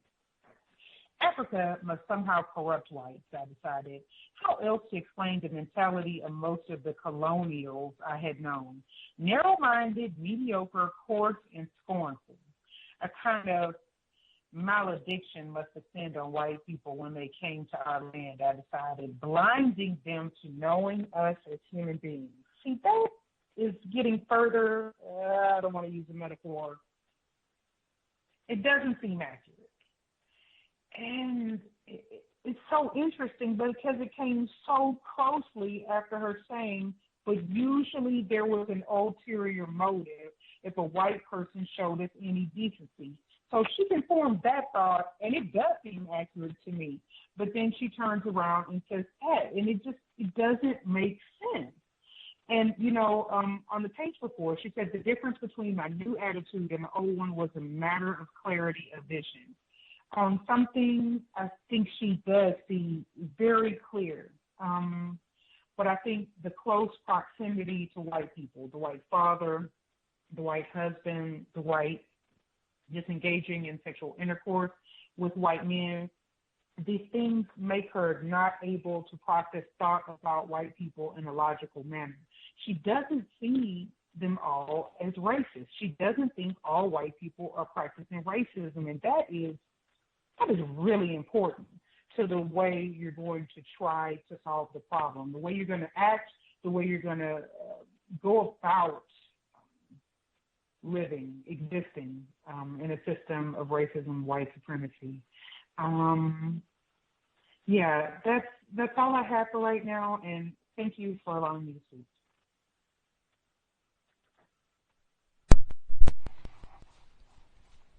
Much obliged. Lauren, that worked out even better. So the full acronym for SAD, the S, space for non-racist white people. Good white folks. Not all white people are racist. Already got the abstractions. They land in Africa and transmogrify into these brutal racists. What? Double D's. First D, divided loyalties. As I said, that came directly from a victim of racism who I spoke with, who wrote a book about racism, married to a white man, and said, sometimes I just don't want to be talking about all this. Just want to be chilling. Got my white husband and my Matisse children and just chilling. The other D that I forgot, defending white people. Gotta stick up for them. You don't talk back. You don't label no white people as racist stuff. Sad. And I think all of those attributes are in this here text. Any hoodles, that's why it's important to write. Memory might not be so bad because I wrote this a long time ago. It's been nearly 15 years. Still relevant. Same problem. Let's see. Number 605-313-5164. The code 564943 pound. Press star 61 if you would like to participate. Alrighty, going back to, I guess I should get the email because we had some folks, they were ready to roll, had their emails and everything together last week, ready for the book club. And the only reason that I didn't, let folks know in advance, one, the LA component was a more recent addition. Originally, the goal was Bay Area, the film festival and all of that kind of switch things around. So that became a more recent component, and just kind of making sure all this was going to happen before it was, okay, it looks like we might not actually have a book club because I'll be at the movies. Let's see. So notes from this section, and these are notes that were ready to roll for last week. Greetings, Gus, listeners, callers.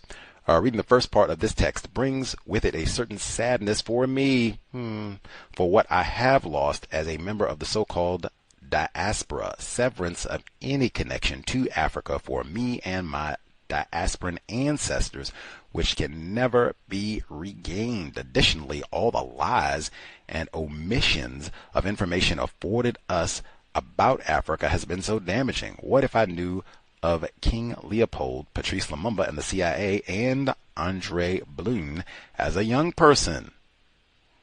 I can only speculate, right? Global, universal perspective about this here problem. Let's see.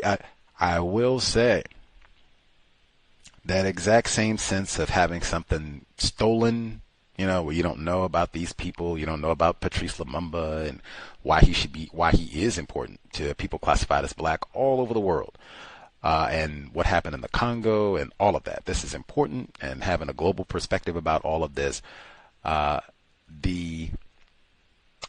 This time last week at the festival, one of the best films I saw at the festival, Dahomey.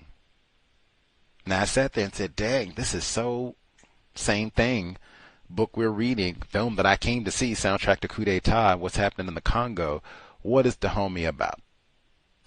White people in France went to Benin, what it's called now, and they said like thousands, like well over 5,000 things, artifacts, relics, people, who knows, thousands, who knows, and they return 26, not 100, not 1,000, not 500, 26. So that's major. And even the whole time I think, now, I thought you said all these people are dumb and ignorant, because that's what they said in this book.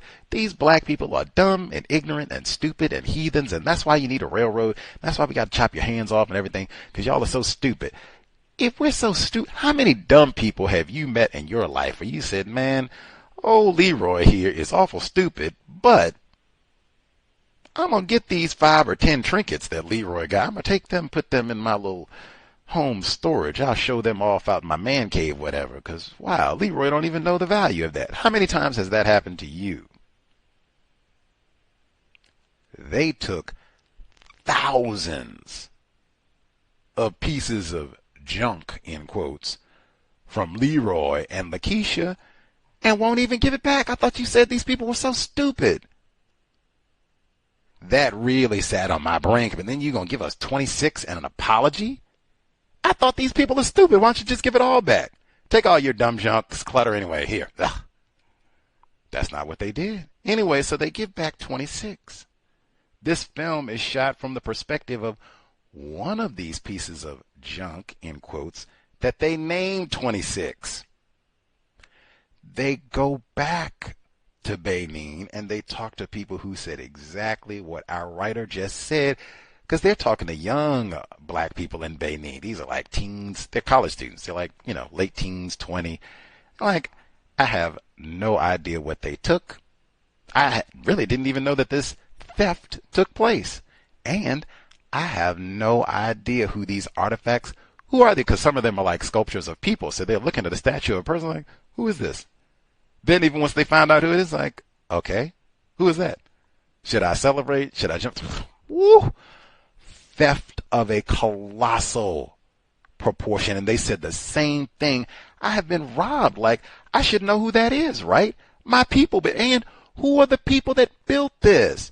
They were not stupid and lame. Who are they? I don't even know. The level of theft, deliberate theft and erasure.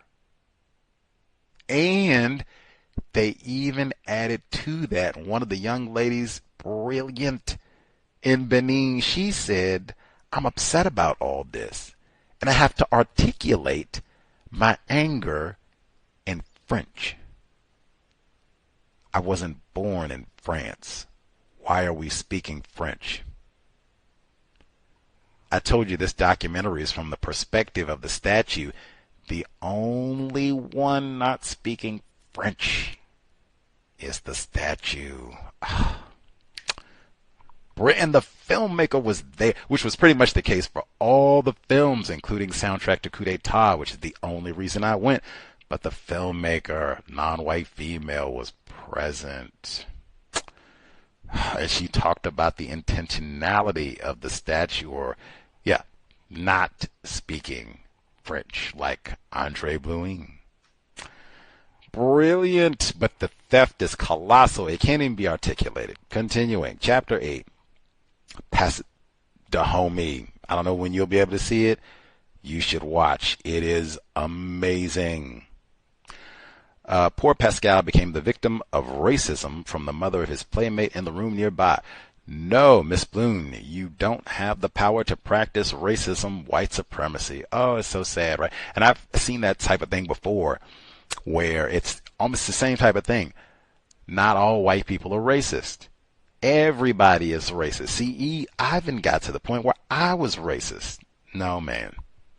No, she's sitting over there hating all day long about little Pascal. He got on my nerves, and he running around here getting healthy and fat and chubby and eating bananas, and that is not racism. And I think even Dr. Wells, that's human nature, that you might have, some feelings of anger about all of this injustice and why a white child can live. Your child has a white parent, and they'll let him die. Chapter number 2, there was an ironic twist to this tragedy of inhumane treatment. A bulletin, which usually was reserved for whites only, was issued for him, her son. The mayor administrator of Brazzaville regrets to announce the death of the child, René Grootz, the son of a European. The funeral will be held at 5 in the afternoon. See the Cow's Book Club selection, Medical Apartheid, by Harriet A. Washington. Chapter 9. The night Renee died, Josephine was there waiting furtively all those long hours in the hall. When it was over, Charles refused to let her see the body. What does it mean to be white? This is another one, even though Miss Blouin did a definitive job explaining last or 2 weeks ago when she called Charles brutally racist. And I said, dang, why is he brutally racist? I got it. I understood way back when. Now I double got it. Like, that is brutally racist. So your child dies, who he didn't care about anyway. He didn't even want to get the quinine. Your child dies. His child dies. And nigga, woman, get on out of here. I told you I didn't want you in the house. You have right to be gone. That is brutally racist. 2, this, my collage, the white makeup, you got it, is not a capricious or individual choice. The term is defined as cosmetic or theatrical makeup, in this context referring to the face paint used in the funeral ritual.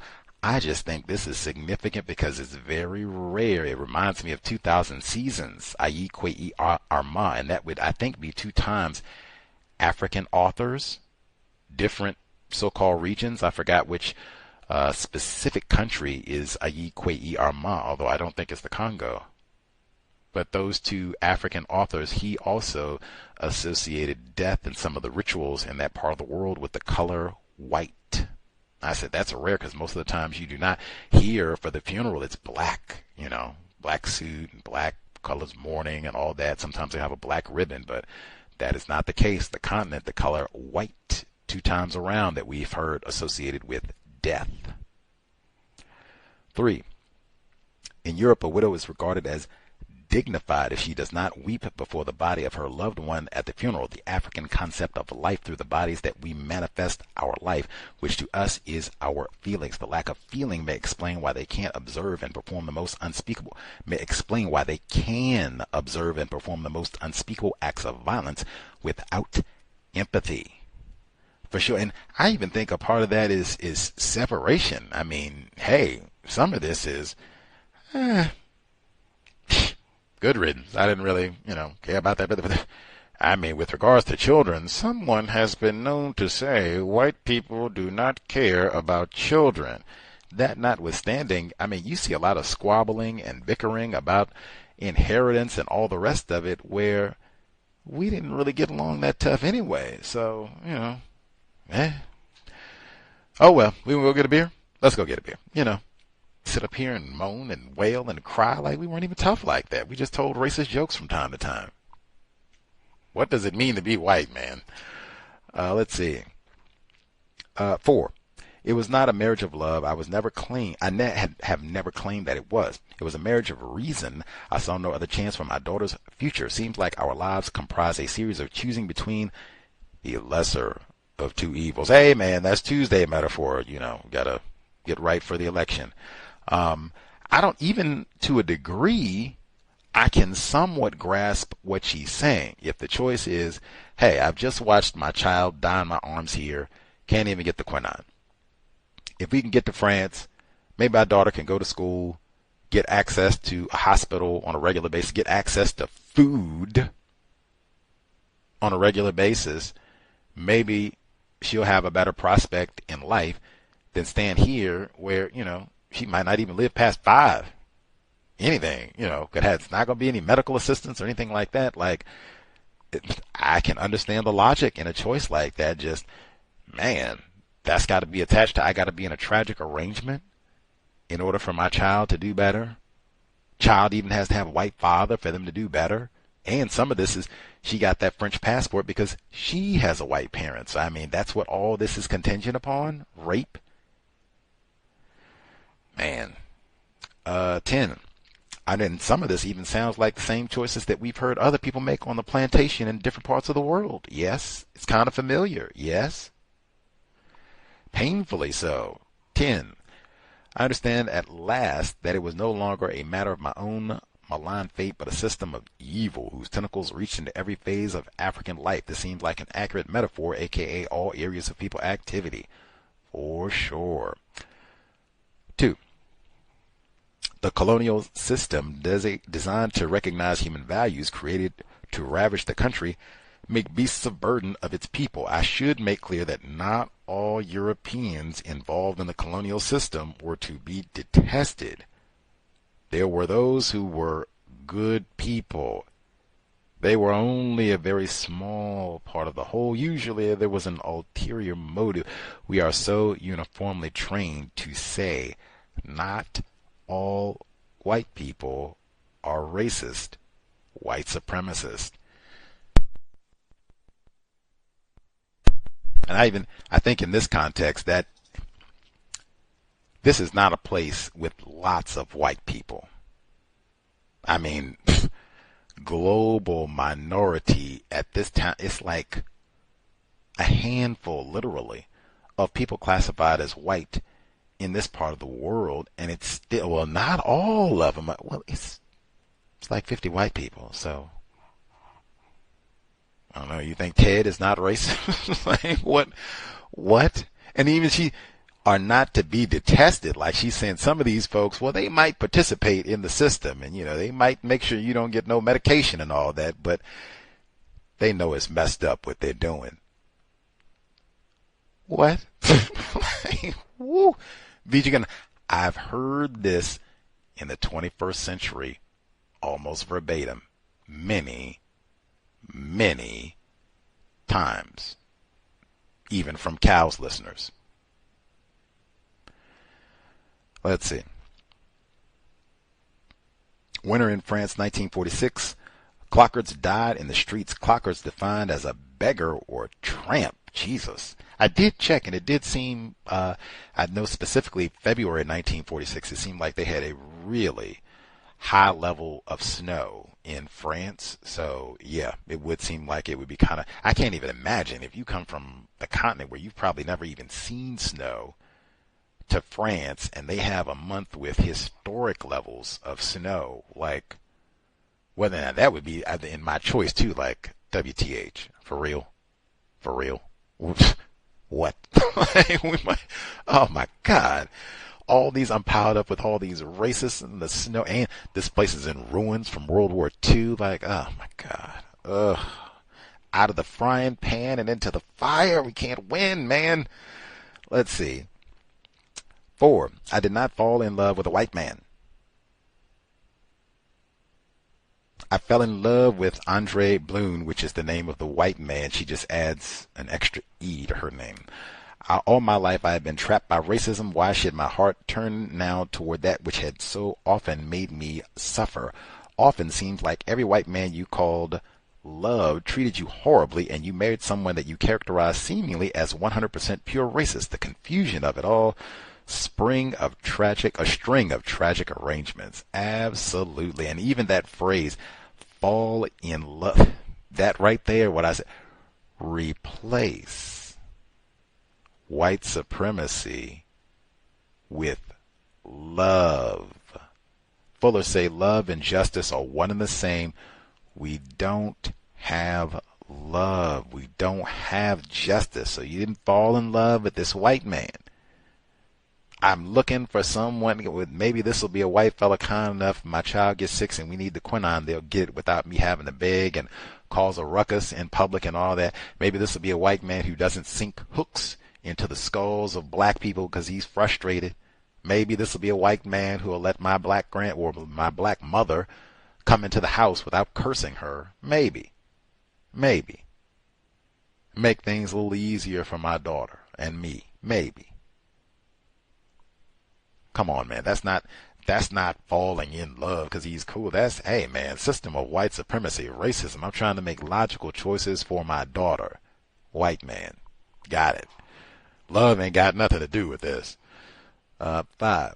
What in that, Tina? We miss you, Tina. We miss you. Love ain't got nothing to do with none of this here. 5. It was marriage with a white man. I am sure they gave me the courage to do the fight against the colonialist system. I'm so glad that they did not read this sentence in the movie. Like, Jesus Christ. Oh, do we have to give the white man credit for that too? God, it can't be your internal intestinal fortitude because it wasn't you with that white man who got you to sneak out of the orphanage, or we didn't call it whatever. We'll put it in quotes, orphanage, where they had glass encrusted in the wall on the top. And the other children, they didn't want to go. They got scared, and rightfully so, because as a grown person, I was scared in L.A., man. But they didn't turn back. She said, we are getting out of here. Give us free, man.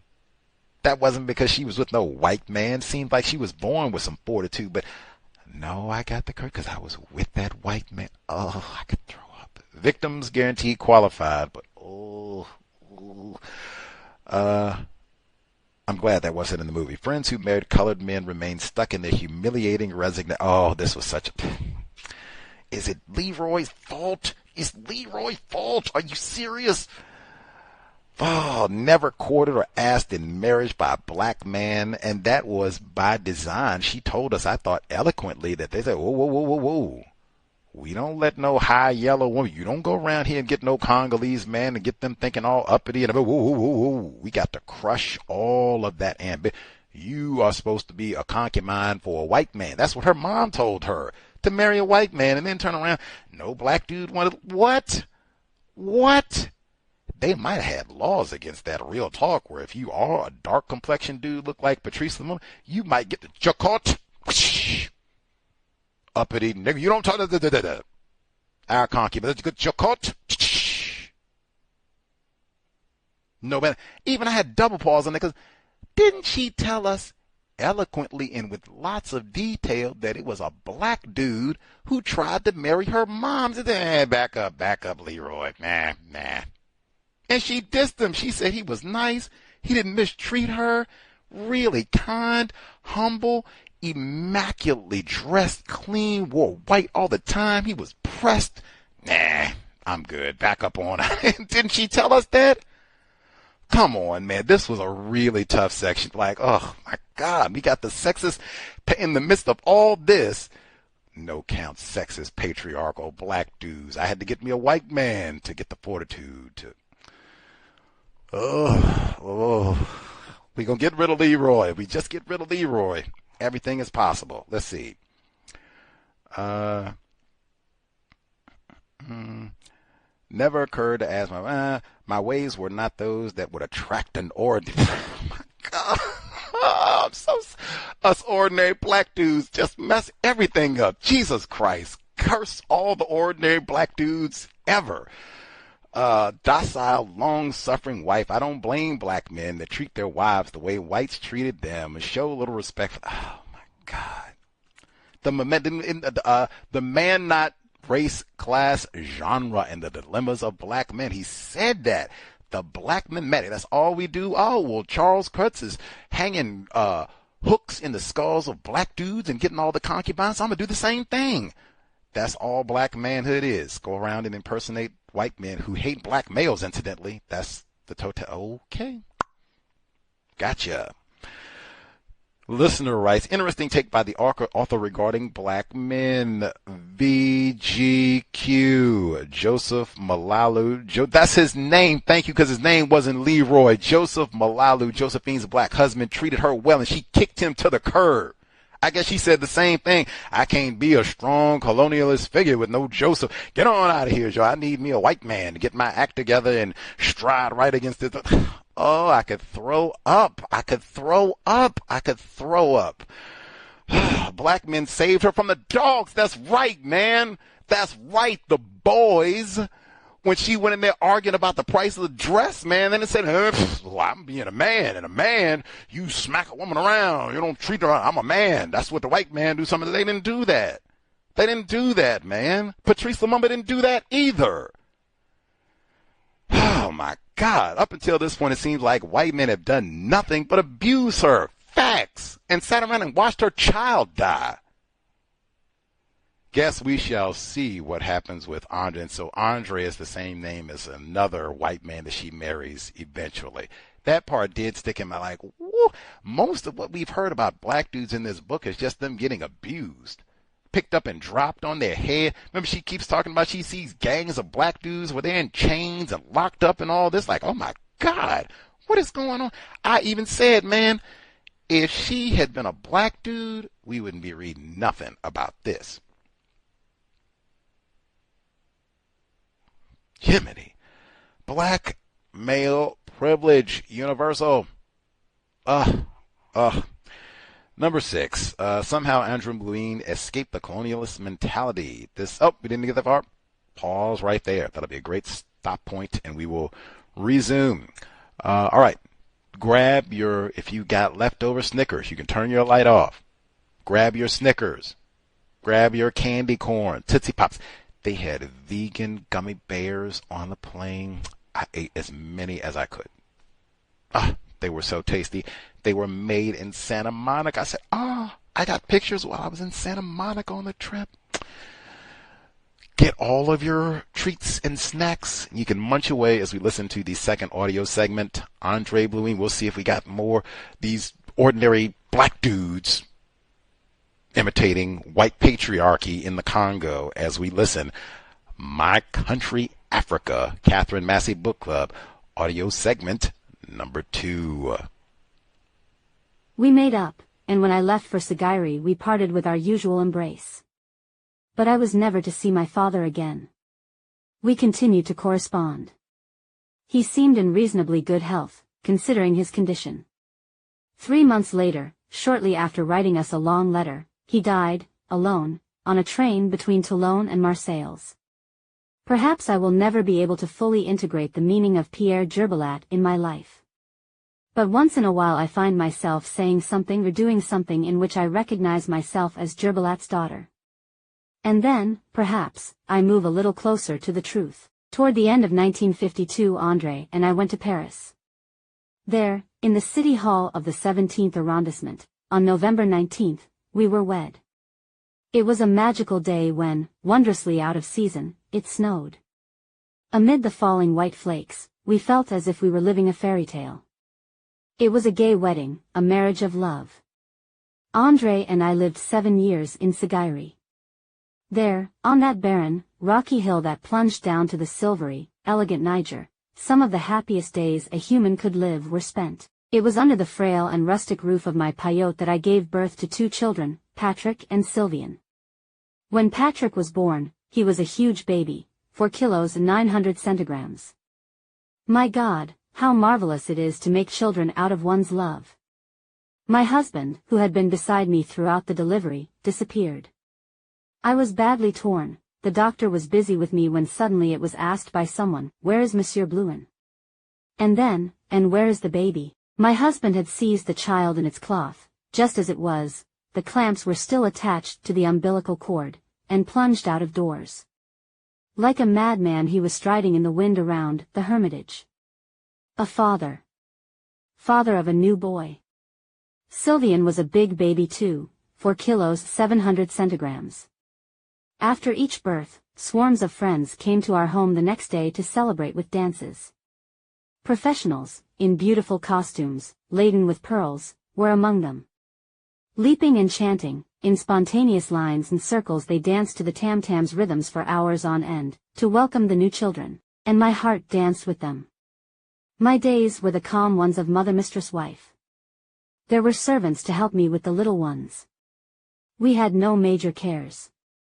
I had got Rita back from the Greutz family, with whom she lived in Alsace for 6 years. Rita was 10 then. It was a terrible, heartbreaking wrench both for her and her adopted grandparents. Rita's life changed radically as she adjusted to Africa again, with a new father, then a baby brother, and 2 years later, a new sister. I pondered life, making my own distractions. In my peyote I wrote my poems and published them. Some were read on the radio and television in Paris. One of them took a prize. I observed the feverish political activity in Zaire as the RDA grew stronger. At first I understood nothing of the principles involved in the work of this party. I only knew that more and more people were being sent to prison every day. Collections were taken up to pay off the judges. I had always had feelings about the fact that my husband was white, and feared that any efforts to help my people might harm him. Now secretively, I began giving money to help pay off the judges. It was in this way that I began my work with the RDA. The news soon got out.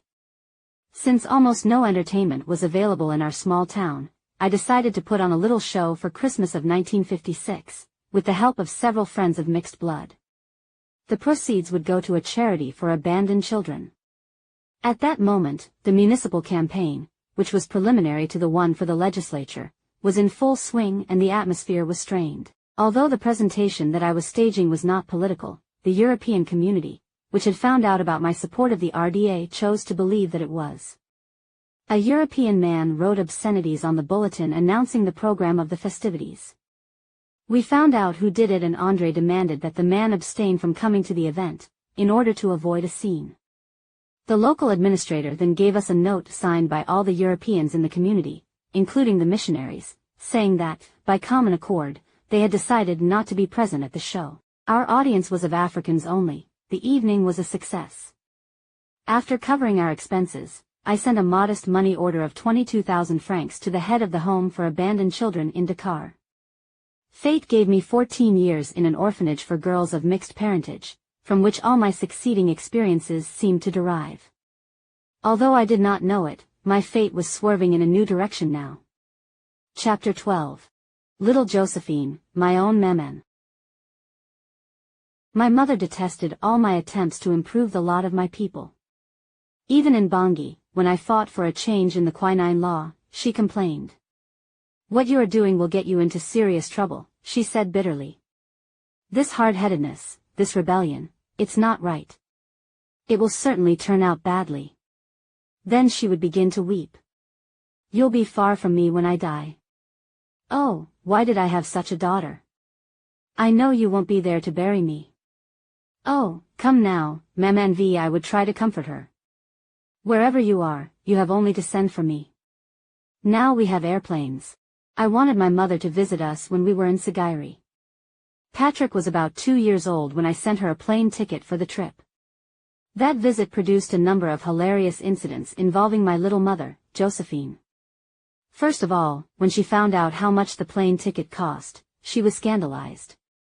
She thought it was sheer thievery. For the same amount of money, she said, she could buy a big store and set up a fine business. Second, she was terrified of flying, and she did not want to take the plane, which she called a bird, at all. She had been aloft for an hour or so when a steward frightened her by pounding on a cupboard near where she sat. Apparently the door was stuck, and he needed to open it for some supplies. When she heard his blows she jumped up and began shouting, "This man wants to kill me. I know it. He's going to kill us all. For a long time you people have been trying to kill my daughter and now you're after me. My daughter paid a lot of money for my ticket and now you're trying to bring this bird down." The steward, a European, said, "Pardon me, madam, but..." Scornfully she dismissed him. "Don't you pardon me, madam. You may be a white, but you're here to serve us. That means you're a boy. It's the boss I want to talk to. I want my money back right now. I refuse to go along with this any further." She made an excruciating scene. Soon the whole crew of the plane was gathered around, trying to smooth her down, to reassure her. "No, madam, he's not trying to kill you personally, he was only..." Clearly, she was terrified, and indignant, too. But seeing the impression she was making, she played it to the hilt. "Here's where I get off," she kept telling them. "I'm leaving now." They were flying along the coast, the Atlantic was beneath them. "We can't stop here, madam. It's the ocean, look." "No, no. I don't care to look." "But madam, you must look, to understand. There's only water." "Only water?"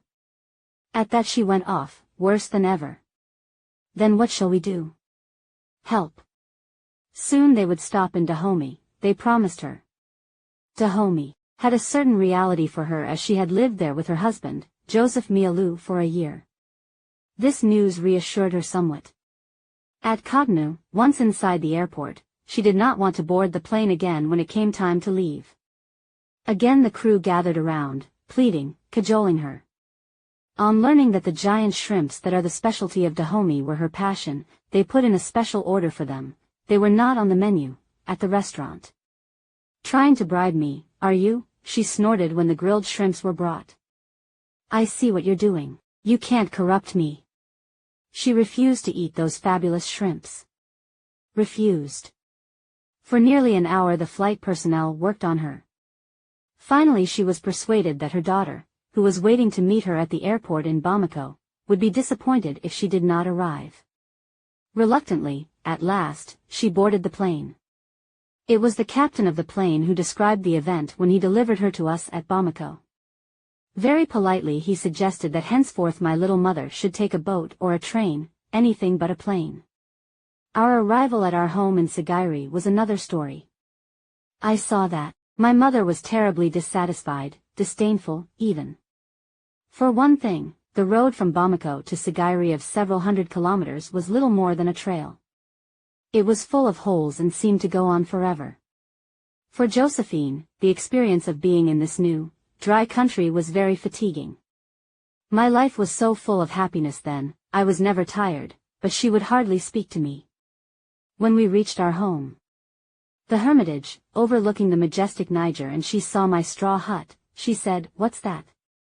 Isn't it beautiful?" I said, "I myself had it constructed." "Beautiful? What's beautiful about it?" "That's a house for blacks, not for a white man." "No, maman. It's very hot here in Guinea and the house is perfect for us. Don't you see how cool it is inside?" She looked around at the dry, rocky wilderness. "Why are you stuck out in this hideous desolation? Where are the people?" "Maman, we go into town in our jeep every morning. You left that other man, back there in Bangui, to come and live in a place like this?"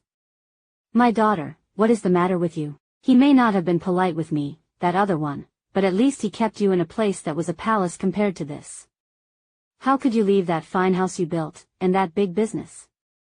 Why, today he is rich, and you're living in this misery." Next to the straw hut was the second structure, of bunco and wood.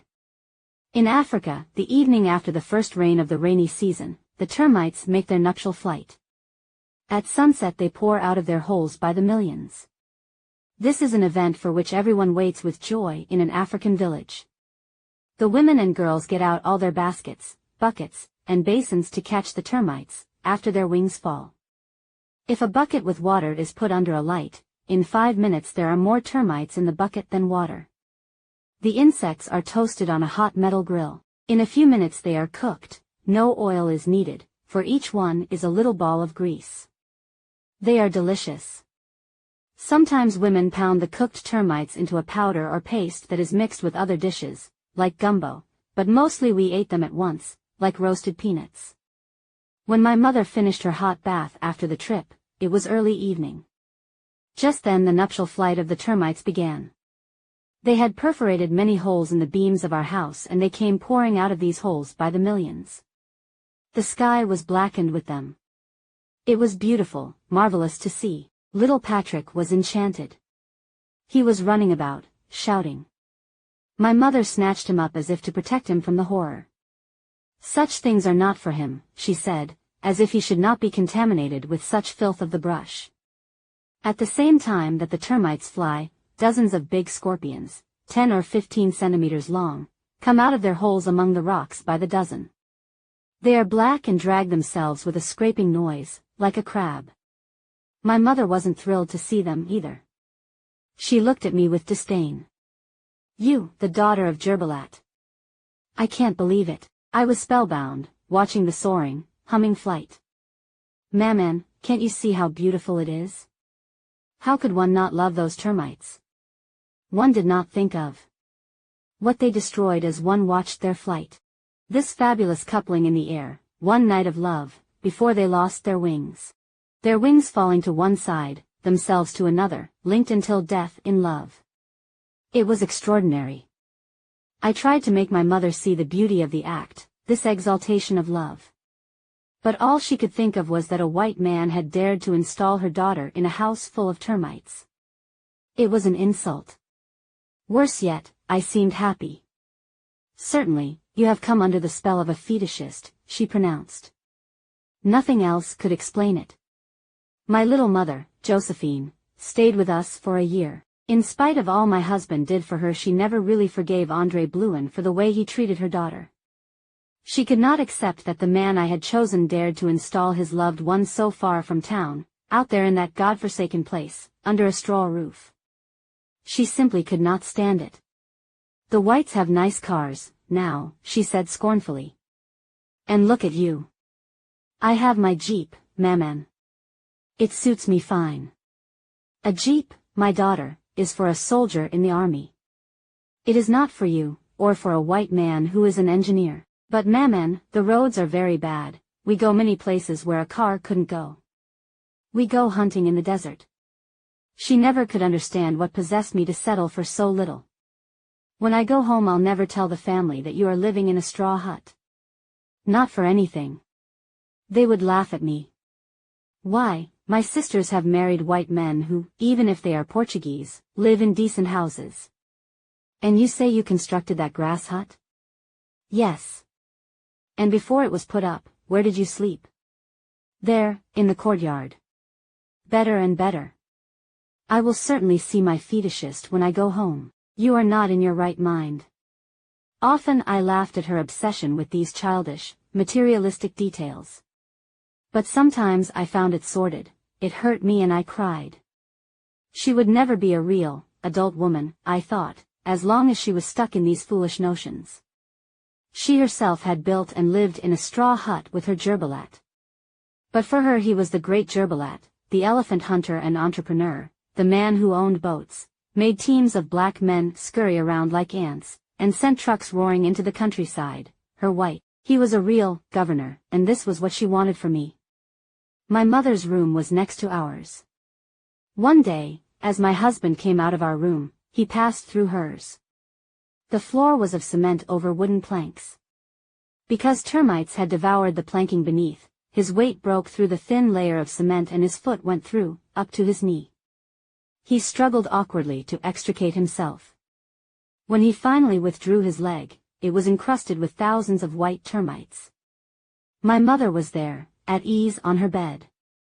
Her disdain was royal, at the sight she did not move. When the time came for her departure, I said, Maman, since you are afraid of flying in an airplane, we will put you on the train to Conakry and then you will take the boat to Brazzaville. We will arrange for you to have a nice cabin for yourself. What, she said, imperiously. Never in your life. Everyone would laugh at me. They saw me leave by airplane. By airplane I'll go back. Oh, now, mammal, after all the problems you had on the airplane, coming here. No, no. They have to see me arrive by airplane.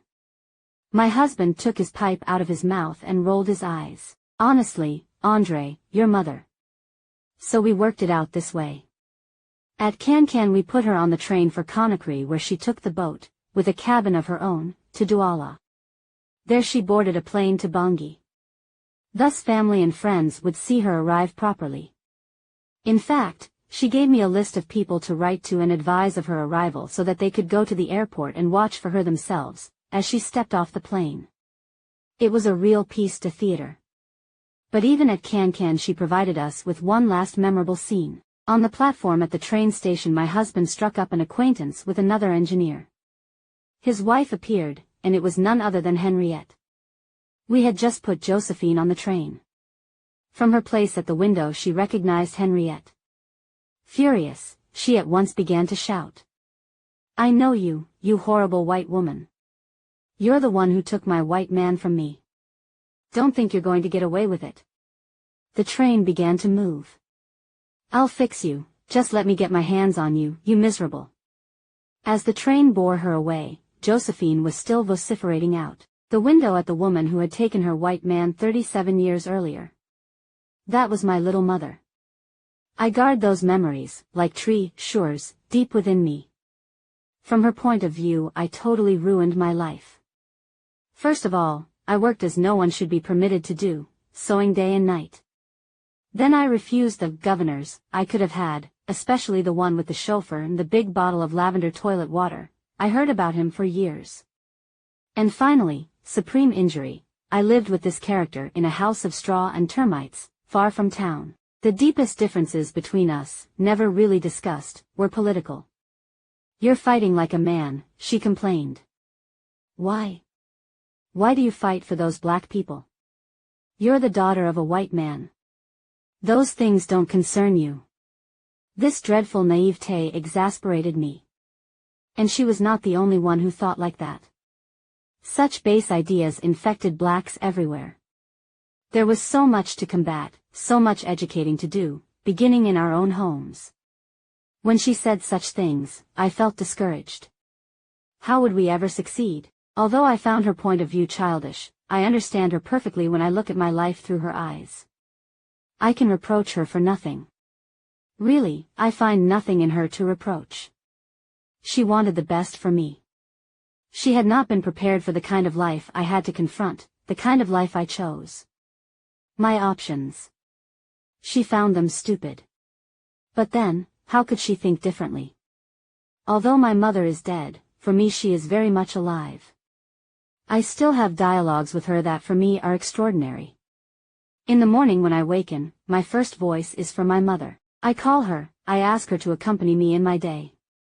I have told everyone who has been a part of my life about my mother. I have always made her a part of our relationship. Even if they never met her, they know about her and my feelings for her.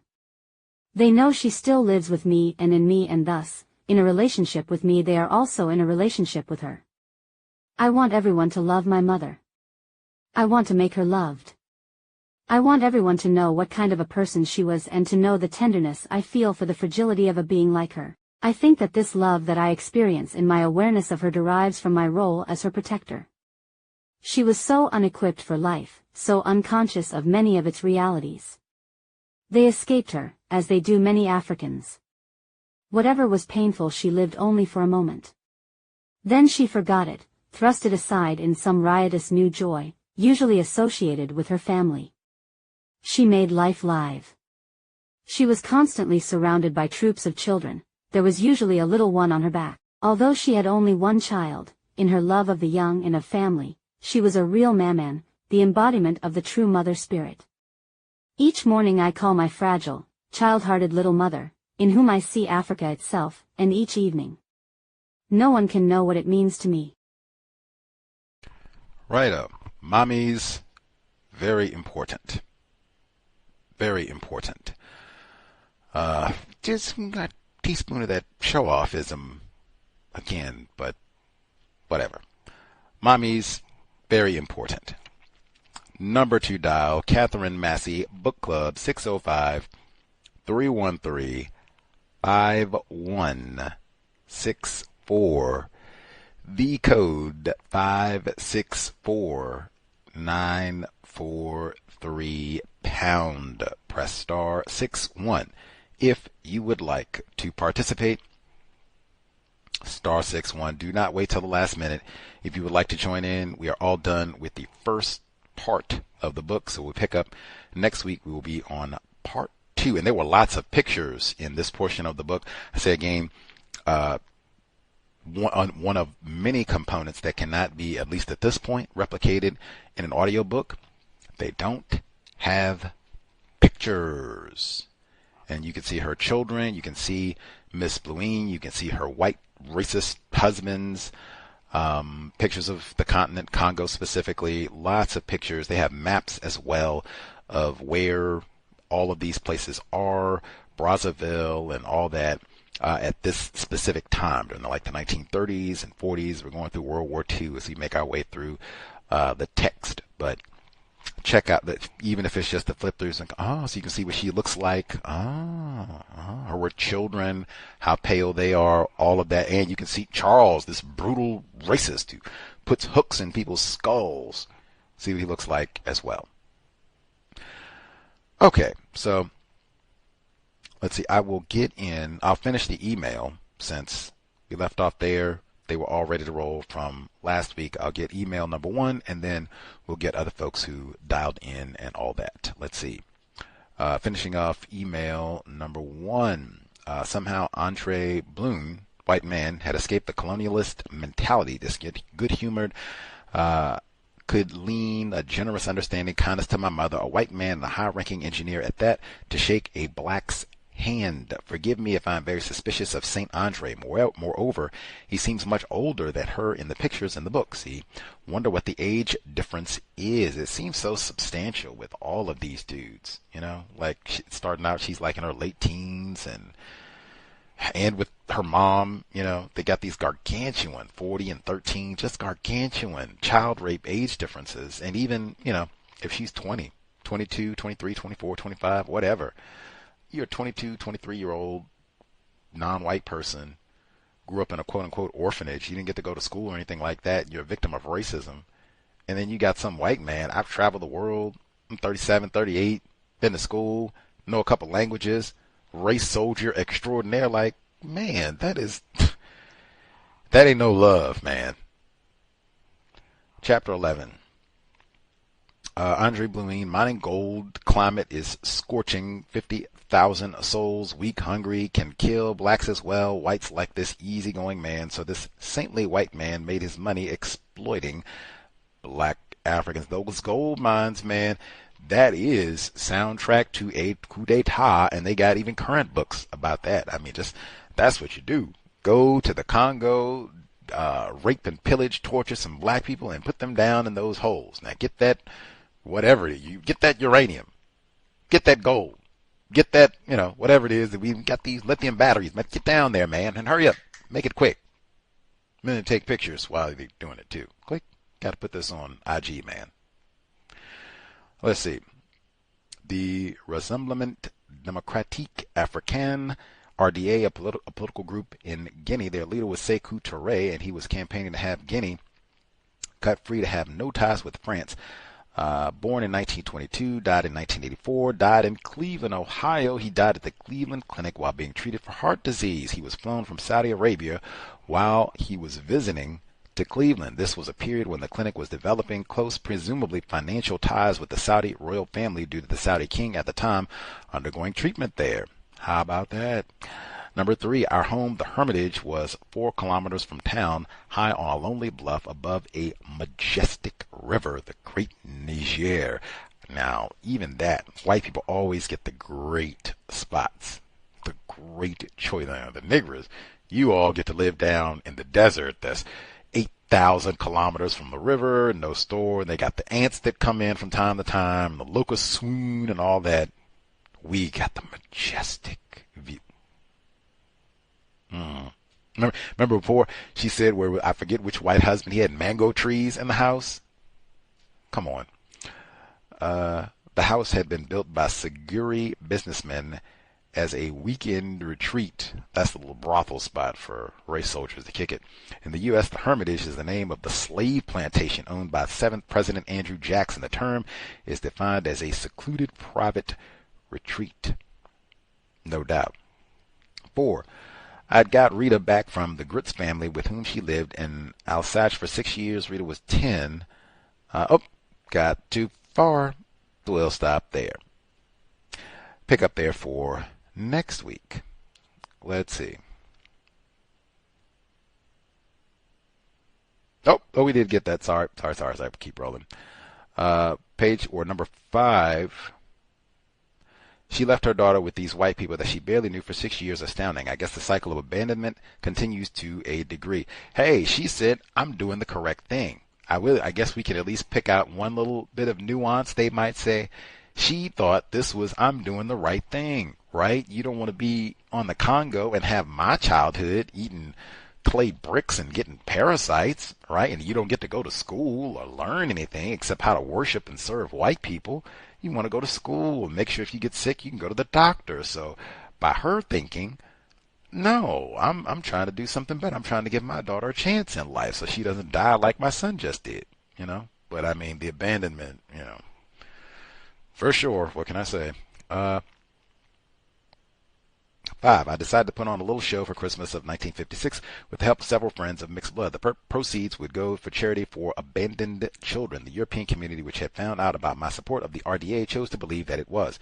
A European man wrote obscenities on the bulletin announcing the program of the festivities. Our audience was of Africans only. The evening was a success. White people don't care about children. Double down. Especially the black ones.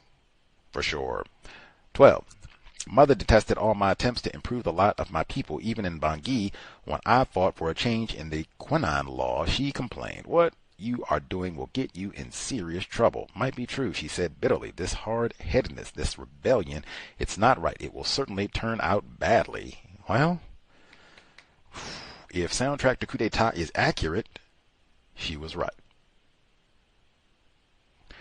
I understand the mother's concerns. That's always the case when we engage in activities which directly confront the global system of racism, white supremacy. Racist white supremacists make it their business to exact a cost for interfering with their business. Absolutely. And if soundtrack to Coup d'etat is accurate, the pattern of abandonment will be repeated, but it will be repeated in a very different context where it's going to be forced abandonment with a threat. Let me take my children. No. We're going to let you leave. We're not letting the children leave. Matter of fact, we're going to keep them as a reminder. Make sure you behave. Now get lots of different types of abandonment in this book. And then to have someone talk. I was forced to leave and they stole my children with the threat. If I misbehave, your children will pay. Yikes. Yikes. 2. I sent her a plane ticket for the trip. The visit produced a number of hilarious incidents involving my little mother, Josephine, with the flight crew and most of the other passengers, mostly white. Interesting as to why she was so coddled to, given that she is non-white. I don't know. Once you get up in the air, man, like, hey, I mean, you shouldn't have even been on this flight, but it's too late now. We got to, do the best we can to try to get through all this to manage. But, man, I don't even know. Like, I don't even know what to say about all this. Continuing, I guess, in a few minutes they are cooked. No oil is needed.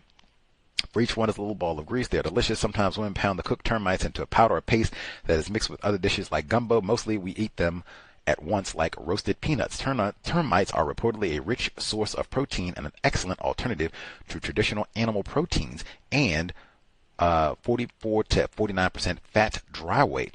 Termites sustainable insect protein in the culinary world. I know it's not just the continent where they, different bug grasshoppers and things. They do like chocolate covered versions and toasted versions and put, sesame seeds and, really ritz it up. More power to them. vegan. And I even have seen in some places where they're talking about, trying to get off of eating steak and meats and all of that, that this might be something to get people away from that. And you got food, hunger problems anyway, blah, blah, blah, all the rest of it. Can we not get the mangoes? The termites might be amazing. I'm just saying, can we not get the mangoes, the bananas, the bok choy? 4. My little mother, Josephine, stayed with us for a year. In spite of all my husband did for her, she never really forgave Andrée Blouin for the way he treated her daughter. Jeep, Straw Hut, she may have a point. This is presumably a powerful white dude, and he has his wife in a termite-infested hut. Facts. 5. Flight, she gave a list of people to write and advise of her arrival so they could go to the airport and watch for her themselves. And she stepped off the plane. It was a real piece de theater. The only thing black people want, because we've been trained, is to impress other black people. Oh, man. Whew. I'm not even really sure what man, what to say. Why, she said that a few times, right? She said, I got to go out and have on my new dress and show off and all the, man, I don't.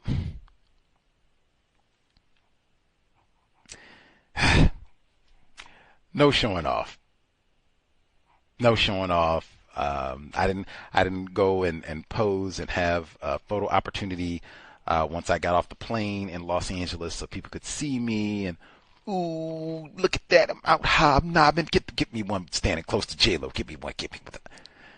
No showing off. Replace white supremacy with justice. And it's even, you see how primitive we are. Even we do the exact same thing. Fuller talked about that. 21st century, we'll be living in some little ghetto hovel, what have you, barely got 2 shoestrings to rub together, and then go get some expensive vehicle or, new pair of Jordans, Kobe Bryant's or whatever it is. Like, ooh, got to show, ooh, get that. Back up, get out the way. Show that off. Get to show everybody. We got Thanksgiving coming. Got to show, ooh, I'm looking clean. As long as the system of white supremacy exists, we have, especially if you're a victim, there is nothing to show off about, period. None of us. Nothing to show off about. Whew, man, oh man. And I do appreciate, she said, I don't have no gripes, Mama didn't appreciate my political work or nothing like that, and said you're out here fighting, trying to be a man and all that, and your rebellious hard-headedness. I didn't even know they said that over there. Hard-headed? Oh, my goodness. You hard-headed. See? You're going to learn. VGQ. Mommies are, and when she told us from the beginning, her white people did not let her mommy go to school for nothing. I suspect that might be related to the show-offism. If you haven't been allowed to learn, study, you don't know nothing about the continent, and you get raped by a white man when you're 13 years old, yeah, I suspect that would probably greatly impact your cognitive development and how you think about life, what you think is important, what you value even. Just a hunch. I could be incorrect. But VGQ to mommy, Josephine, VGQ. Right on. Glad she survived her flight, even though she didn't eat the shrimp. Vegan, don't eat the shrimp. Okay, let's see. Folks who dialed in, 605-313-5164, the code 564943 pound. Press star 61 if you would like to participate. Let's see. Lauren should be with us. Will nab other hands. Do not wait till the last moment if you have commentary. Let's see.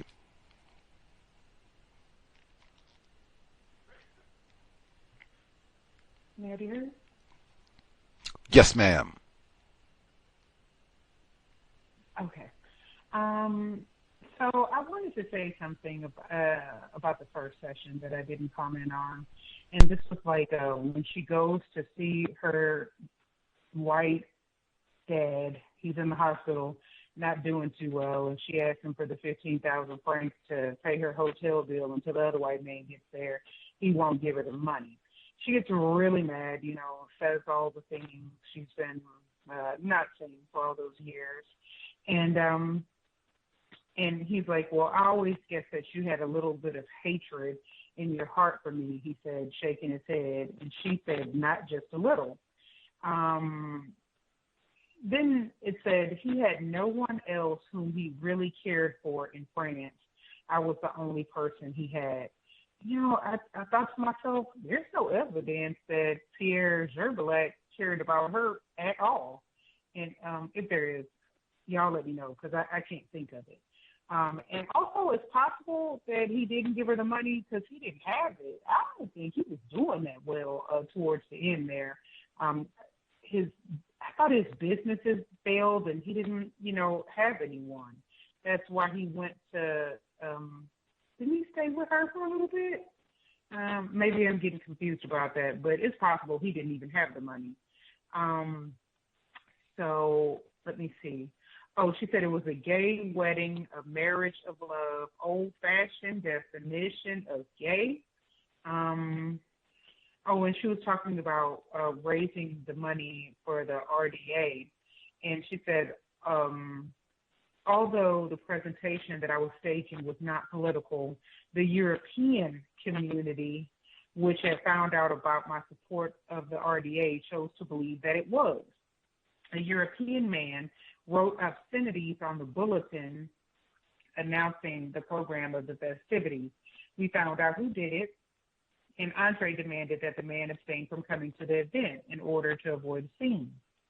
The local administrator then gave us a note signed by all of the Europeans in the community, including the missionaries, saying that by common accord, they had decided not to be present at the show. Hey man, that's codification. Those white people both on and acted the same manner. When her mom she said she detested all of her attempts to improve the lot of her people. I just think her mom was afraid for her. That's all. And, she didn't know how to process it, when she called her hard-headed and whatnot. I just think she was afraid. I kind of laughed when she was on the plane and the white man was like, pardon me, madame. And she's like, don't you pardon me? You may be white, but you're here to serve us. That means you're a boy. I was like, dang. I was pretty surprised by that. I laughed, and then they tried to give her those shrimp. She wouldn't eat them. I thought that was pretty funny. But when they wanted to put her back on, a train or a boat, to go back, she's like, no, I left on a plane. I'm going back on the plane. They're going to see me do this. She was afraid on the plane. I don't know why she wants to get back on there. Let me see. Also, she said the whites have nice cars now, and look at you. She said, I have a Jeep. It suits me fine. A Jeep? My daughter is for a soldier in the Army. It's not for you or for a white man who's an engineer. Like, it's weird ideas she has. I don't know. I think it kind of would have hurt my feelings if my mom always talked to me like that. It seems like she's never satisfied. She's always disappointed in her. I think that would really bother me if my mom talked to me that way. But she seemed to think about it in a really manner. I liked all the things she said towards the end there. So, that's all I have for now. Thank you for allowing me to speak. Much obliged, Lauren. It did seem like she did a great job just keeping things in perspective, and I think that is definitely a bummer to feel like your parents are disappointed in the choices that you've made. And it seems like she articulates a lot of disappointment and frustration with Miss Blouin's choice, and it seems regardless of her choices, right? So when she's rejecting white dudes, he's upset about that. So then she picks a white man and she gets upset about that.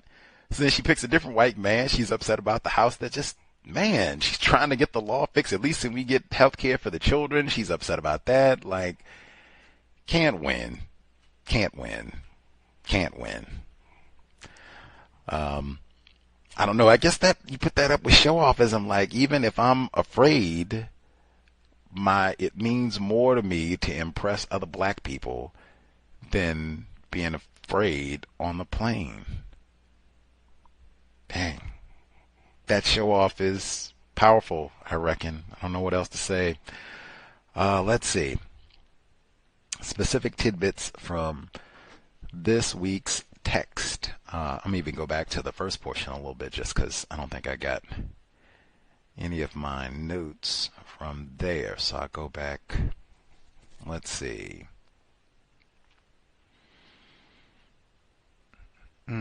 She loses her child.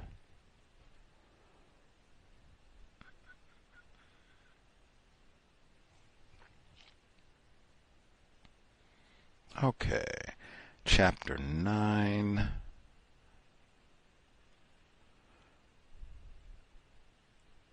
She puts it dignified in quotes when she's talking about the white women, and they don't show emotion, that's a sign of dignity. I think that's popped up a few times, being black and proud and dignified African person. Like, I don't know what it means to be dignified any way around, if you're classified as white or non-white on the plantation. Let's see. When she meets Andrée, different white man, and they're going to get married, and he's a nicer white man, non-racist allegedly, and he goes to talk to Charles, the white man that she was previously with, and he's like, why don't you get a divorce from her, you can find another concubine, whatever, and then she and I can get married. And Charles says, well, let's duel over it. Now, how many times have we read about that in the book club? White men ready to duel over anything. That's my nigga. It's not even like he was that attached to her or anything like that. Like, what? You gonna take my wife? This is my wife. I'm ready to fight and get, like, it's not even that type of, probably got 5 or 6 of her all over the continent. So it's not even that serious. But white people kill for fun. We talked about that, like he'd take the glove. I'll say, you want to marry Andrée? I'll take my glove off and pow, pow, you've been insulted. Meet me at 12 noon tomorrow in Kinshasaville next to the river and we'll battle it out. Like, come on. Again, that is what I would expect from a brute, savage. Let's see.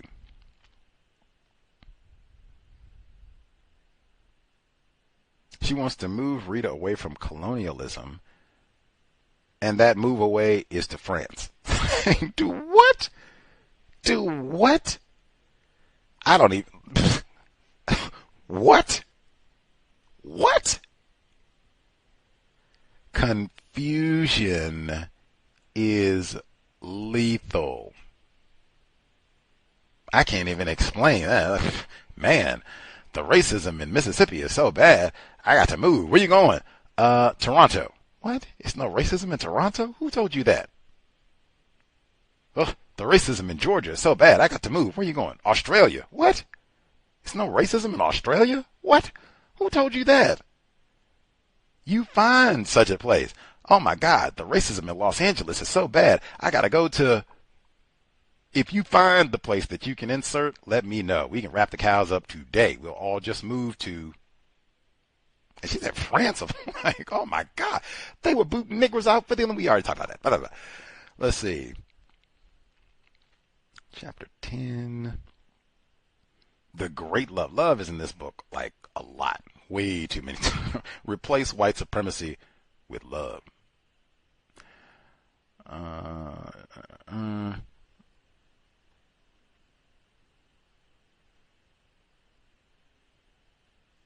She said that her father, perhaps in a surge of conscience over his part in the inhumane system, fought gallantly with me to change the quinine law. What? What? Wishful thinking, folly, I don't even know how to characterize, but I do not believe that at all. Oh man, we should have treated these little niggers better. He did the same thing. He let her live with him for like 2 months, and it was like, beat it, get on out of here. You around here messing things up and it upset my white woman. Beat it and don't come back neither, begging for no money and, thinking you going to milk me to death. And then he had a change of kind, like maybe I shouldn't have kicked her out when she was a teen. Please. Let's see.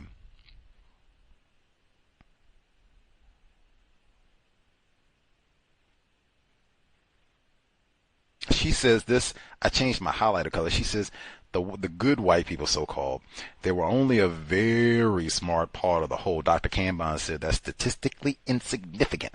Still, it is necessary to remember and to distinguish between them and the others. There were some, even in the French administration, who applied the yoke of colonialism in moderation.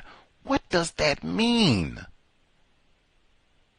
She said her husband, Charles, I put the hook all the way in their skull. Ah! So with moderation, I don't do 50 lashes with the Chakotay. I think, 3 is sufficient. Moderation. Like what, man? Come on. With the quinine law, so what is moderation with the quinine law? That seems like that's real black and white. That's real dichotomous. Either you give the quinine or you don't. Ain't no moderation. So did they give the quinine? The good moderate white people, did they give the quinine or they don't give the quinine? Sad. I love the languaging where she said when she met Andrée, or when she went to the French people, she said that they were kind, generous, and apparently not racist. I love it because that at least makes space.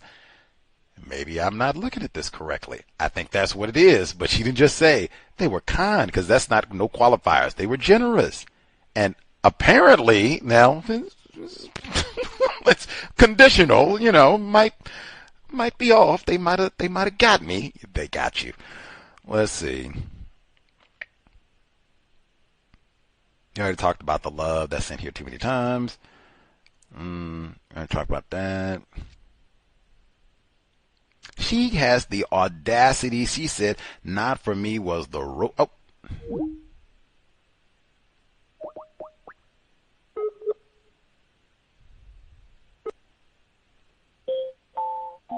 This service is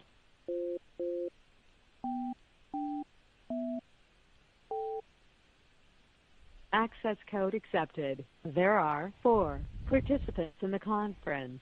Q&A session has started. The recording has started. Finger might have slipped. Got disconnected briefly. Finger might have slipped and I could have hit the button, although I don't think so. Could have just been lost connection, but whatever. We are San Francisco, not the normal Wi-Fi setup, all that. Any hoodles. So I left off. Miss Blouin, she said that not for me, when she was talking about being married to this white man and how that kind of set her up for her counter-racist efforts as she developed in life. And she says, not for me was the roving eye of the man who lived in polygamy. Man, the master polygamists are classified as white, and it's no contest. Just from what she told us in this book, man. She's every white man that we've heard. It's like they got the white wife, I got my nigger wife, I got my concubine on the side. What do you mean? What do you mean? That's why I said, like, the hypocrisy and just it doesn't even make sense the way this is written up here. Like, you got white men coming like, anyway. VGQ. She said, I was my father. This sentence kind of appalled me too. Dear as my mother and the customs of her brave people in their simple village near the river, I was my father's daughter in my uncompromising pride. Oh my God, I could throw up. I could throw up. Are you once again, so the people who are responsible for your counter-racist efforts because you had a raping white father and a raping white husband, I could throw up. I could totally throw up. Nor do I think that's even accurate. Her mother displayed more moxie on the plane going at those white flight attendants and such than I've heard. All these white people have done is practice racism and be proud in practicing racism. That ain't nothing to emulate. That ain't even nothing to, yeah, that's my own kind. Like, no. But I've heard that sort of thing before. Let's see.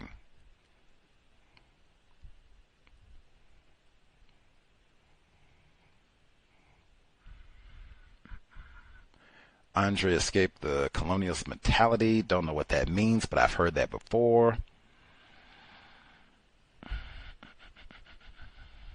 Then we got the pictures. Y'all should make sure you check out the pictures. They are, and you can see, because you can see these white dudes. You can see her age, and you can see like Pierre Gabrault and some of these folks. These are really old-looking white dudes. Roger Serres, that was the previous white dude, and Charles Groots. You can see these folks look way older than her, like way. And again, it's not like she's 30 and they're 15, but like she's late teens and 20s and such. These look like grown white dudes. She looks so young. She looks so young, man. Child rape, that's all it is. Let's see. Lots of pictures. Even they were at Cannes. That's so fascinating because they have the Cannes Film Festival. Anyway, yeah, this is the same location, which I think it might be. On to Seguri. They used feverishly, reminded me of Pam. Oh man, I thought this was so important. So she said they're talking to come and get these gold for 9 months of the years the peasants cultivated their crops for rice, millet, and corn. These they traded to shopkeepers for cloth and status gimcracks. Now I didn't know what that was. I had to look that up. Like, what is a gimcrack? Gimcracks. Gimcracks. So I look up gimcracks. Flimsy or poorly made, but deceptively attractive plastic gimcrack cookware. What? Cheap, showy ornament. I said, ew. Given what we've heard her mommy and the show-offism, and if you got a lot of people who are unintelligent, not well educated, and you get white people to come and do some pizzazz and lying, oh, we got gimcrack, and it was status gimcracks such as jewelry and European drinks. Oh, I could have passed out. In the name of Starbucks, 206, 206, 206, in the name of Starbucks. What? What you mean, European drinks? They done rolled up on you with Tahitian Treat and Coca-Cola and Dr. Pepper. Put that water down. You don't need no tea. Put it down. Put it down. Here we go. Tahitian Treat. Get that up in you. Yeah, buddy. What? That's my show off. I can go around and look at that boy. You ain't had no Tahitian Treat, Leroy. Look, oh, I could have threw up. Starbucks for real. Let's see.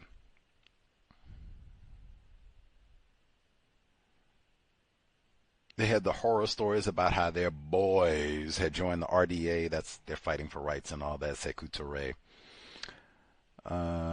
She talks about them trying to get a metal ruse and copying white people for improvements and getting away from a straw hut. Now, truth be told, I don't know how excited I'd be about having a straw hut that you have to replace every 2 years and the termites and all that. Like, seems like it should be a compromise some kind of way. Anyway,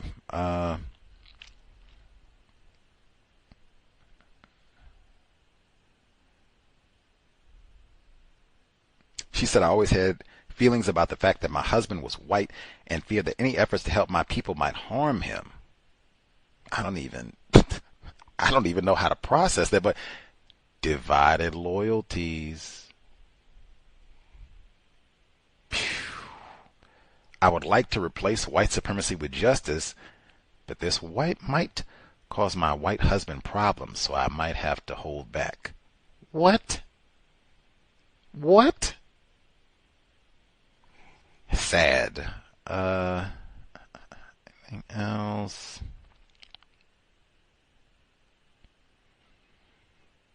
Mom is not pleased with her work. Let's see. Man, I about passed out. So mom gets on the plane and it's going back and forth with them. She's scared of flying. I probably would be too. Let's see. Soon they would stop in Dahomey. I about passed out. I said it before we even read this part. This time last week, I had just watched Dahomey, and it is about the exact same thing. And the filmmaker was born in France, and she said, I too know what it's like to experience the colonial state. stigma. I mean, what does that mean? Does that mean racism, white supremacy? Because she's a non-white female. What does that mean? And I suspect she might even have a white parent. But she did tell us that during the screening of The Homie, White Supremacy Racism. Let's see. Anything else? Her mother is very upset about her living out in the boondocks as well, it seems. I don't know. Certainly she says you have come under the spell of a fetish. Oh my God. They talk about that during the fight with Muhammad Ali and George Foreman. They even had some of the white sports writers at the ringside said, oh my God, one of the fetish has got to George Foreman. They put hands on. In fact, they even include that in some of the documentaries that Muhammad Ali went to Joseph Mobutu's fetish and spoke to him and said that the woman with trembling hands, she's going to touch George Foreman and he's going to lose. You're going to get your championship back. And when George Foreman, as you heard, when he went tumbling in the jungle, the fetish has got George Foreman. Come on, man. We got to be primitive and come up with superstitions for everything. Can't just be he lost. Period. He lost. That Muhammad Ali is pretty cool. But the fetish pops up repeatedly. We wrap it up there. Part 2. Get to part 2 next week. Let's see. Such a great connection to her mom. I so appreciated that. The relationship with my mom, I hold that dear. Even when I move forward and meet other people, they are connected to my mom. If anything, it reminds me of the brutal treatment from Charles, her previous white husband. You don't even let your mom come in the house. Like, what? Why am I with you? You won't even let my mom come in the house? Anyway. And then he gets any credit, any of these white dudes, like, because I was with a white dude, that allowed me to move forward and be a counter-racist? Like, come on. It's got to be a more accurate, better way of articulating all of that. Any hoodles, we will resume, I believe, next week, still in San Francisco. So, have to see how things unfold with all of the madness until I get back to 206 to get back for real on schedule. But I think we will resume. Now, tomorrow, I don't know, because there's a scheduled activity that was scheduled way before I even left Seattle. So I'm not sure. We'll have to see if that event happens. Maybe we do neutralizing workplace racism. Maybe not. But we'll have to see. Compensatory call-in. We should be here for that on Saturday. And I will try to get my bearings. I'm safely out of Los Angeles, so if I can get my bearings together, the election is on Tuesday. Part of this trip, or the appeal, the business of this voyage was, hey, you could be in California for the election. California is a big state. All those electoral votes. I'm in San Francisco specifically. That's Kamala Harris's backyard. She used to be district attorney here. Not to mention Jim Jones and all that. But all that's right here.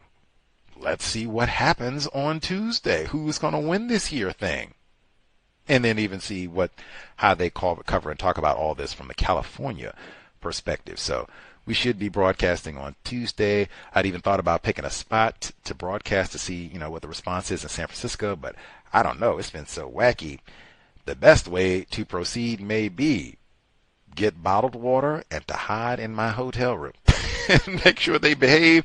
It's going to be safe, and then we can come out and okay, we'll see what everyone is doing. But we should be here for the election next week to see how that unfolds. In fact, I'm supposed to be at the museum. I already got tickets. I'm supposed to be at the museum on Tuesday, but they have Wi-Fi, so I could broadcast from the San Francisco Museum of Modern Art. Told you all, Carl Walker, black female, talking about stealing artifacts and all that. Carl Walker, black female, she has an exhibit on display, San Francisco Museum of Modern Art. I remember I saw that when I first started thinking about going to Jonestown.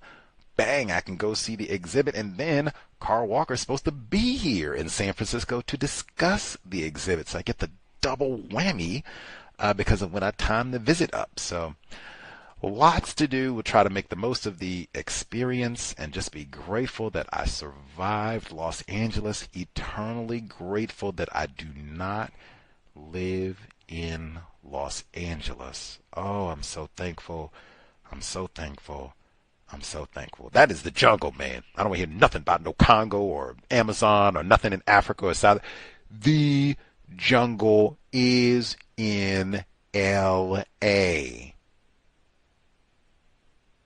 Burned a bus, man. They burned a bus and then came and bragged in the papers. We only had 12 arrests last night. Well, you should have done your job. It probably took more than 12 people to burn a bus down. Brag about it. Like they had good behavior. Hey, we only had 12 arrests last night. Live and die in L.A. for sure. We will be back, I think, well, maybe tomorrow. For sure, Saturday, compensatory call-in. Maybe tomorrow we can get back and do neutralizing workplace racism. Sobriety would be best. Man, you mess around and get intoxicated in Los Angeles. Magic Johnson and them win the championship unbeknownst to you, and oh my Lord, how am I gonna, what are they burning with? LAPD out in the street roving gang.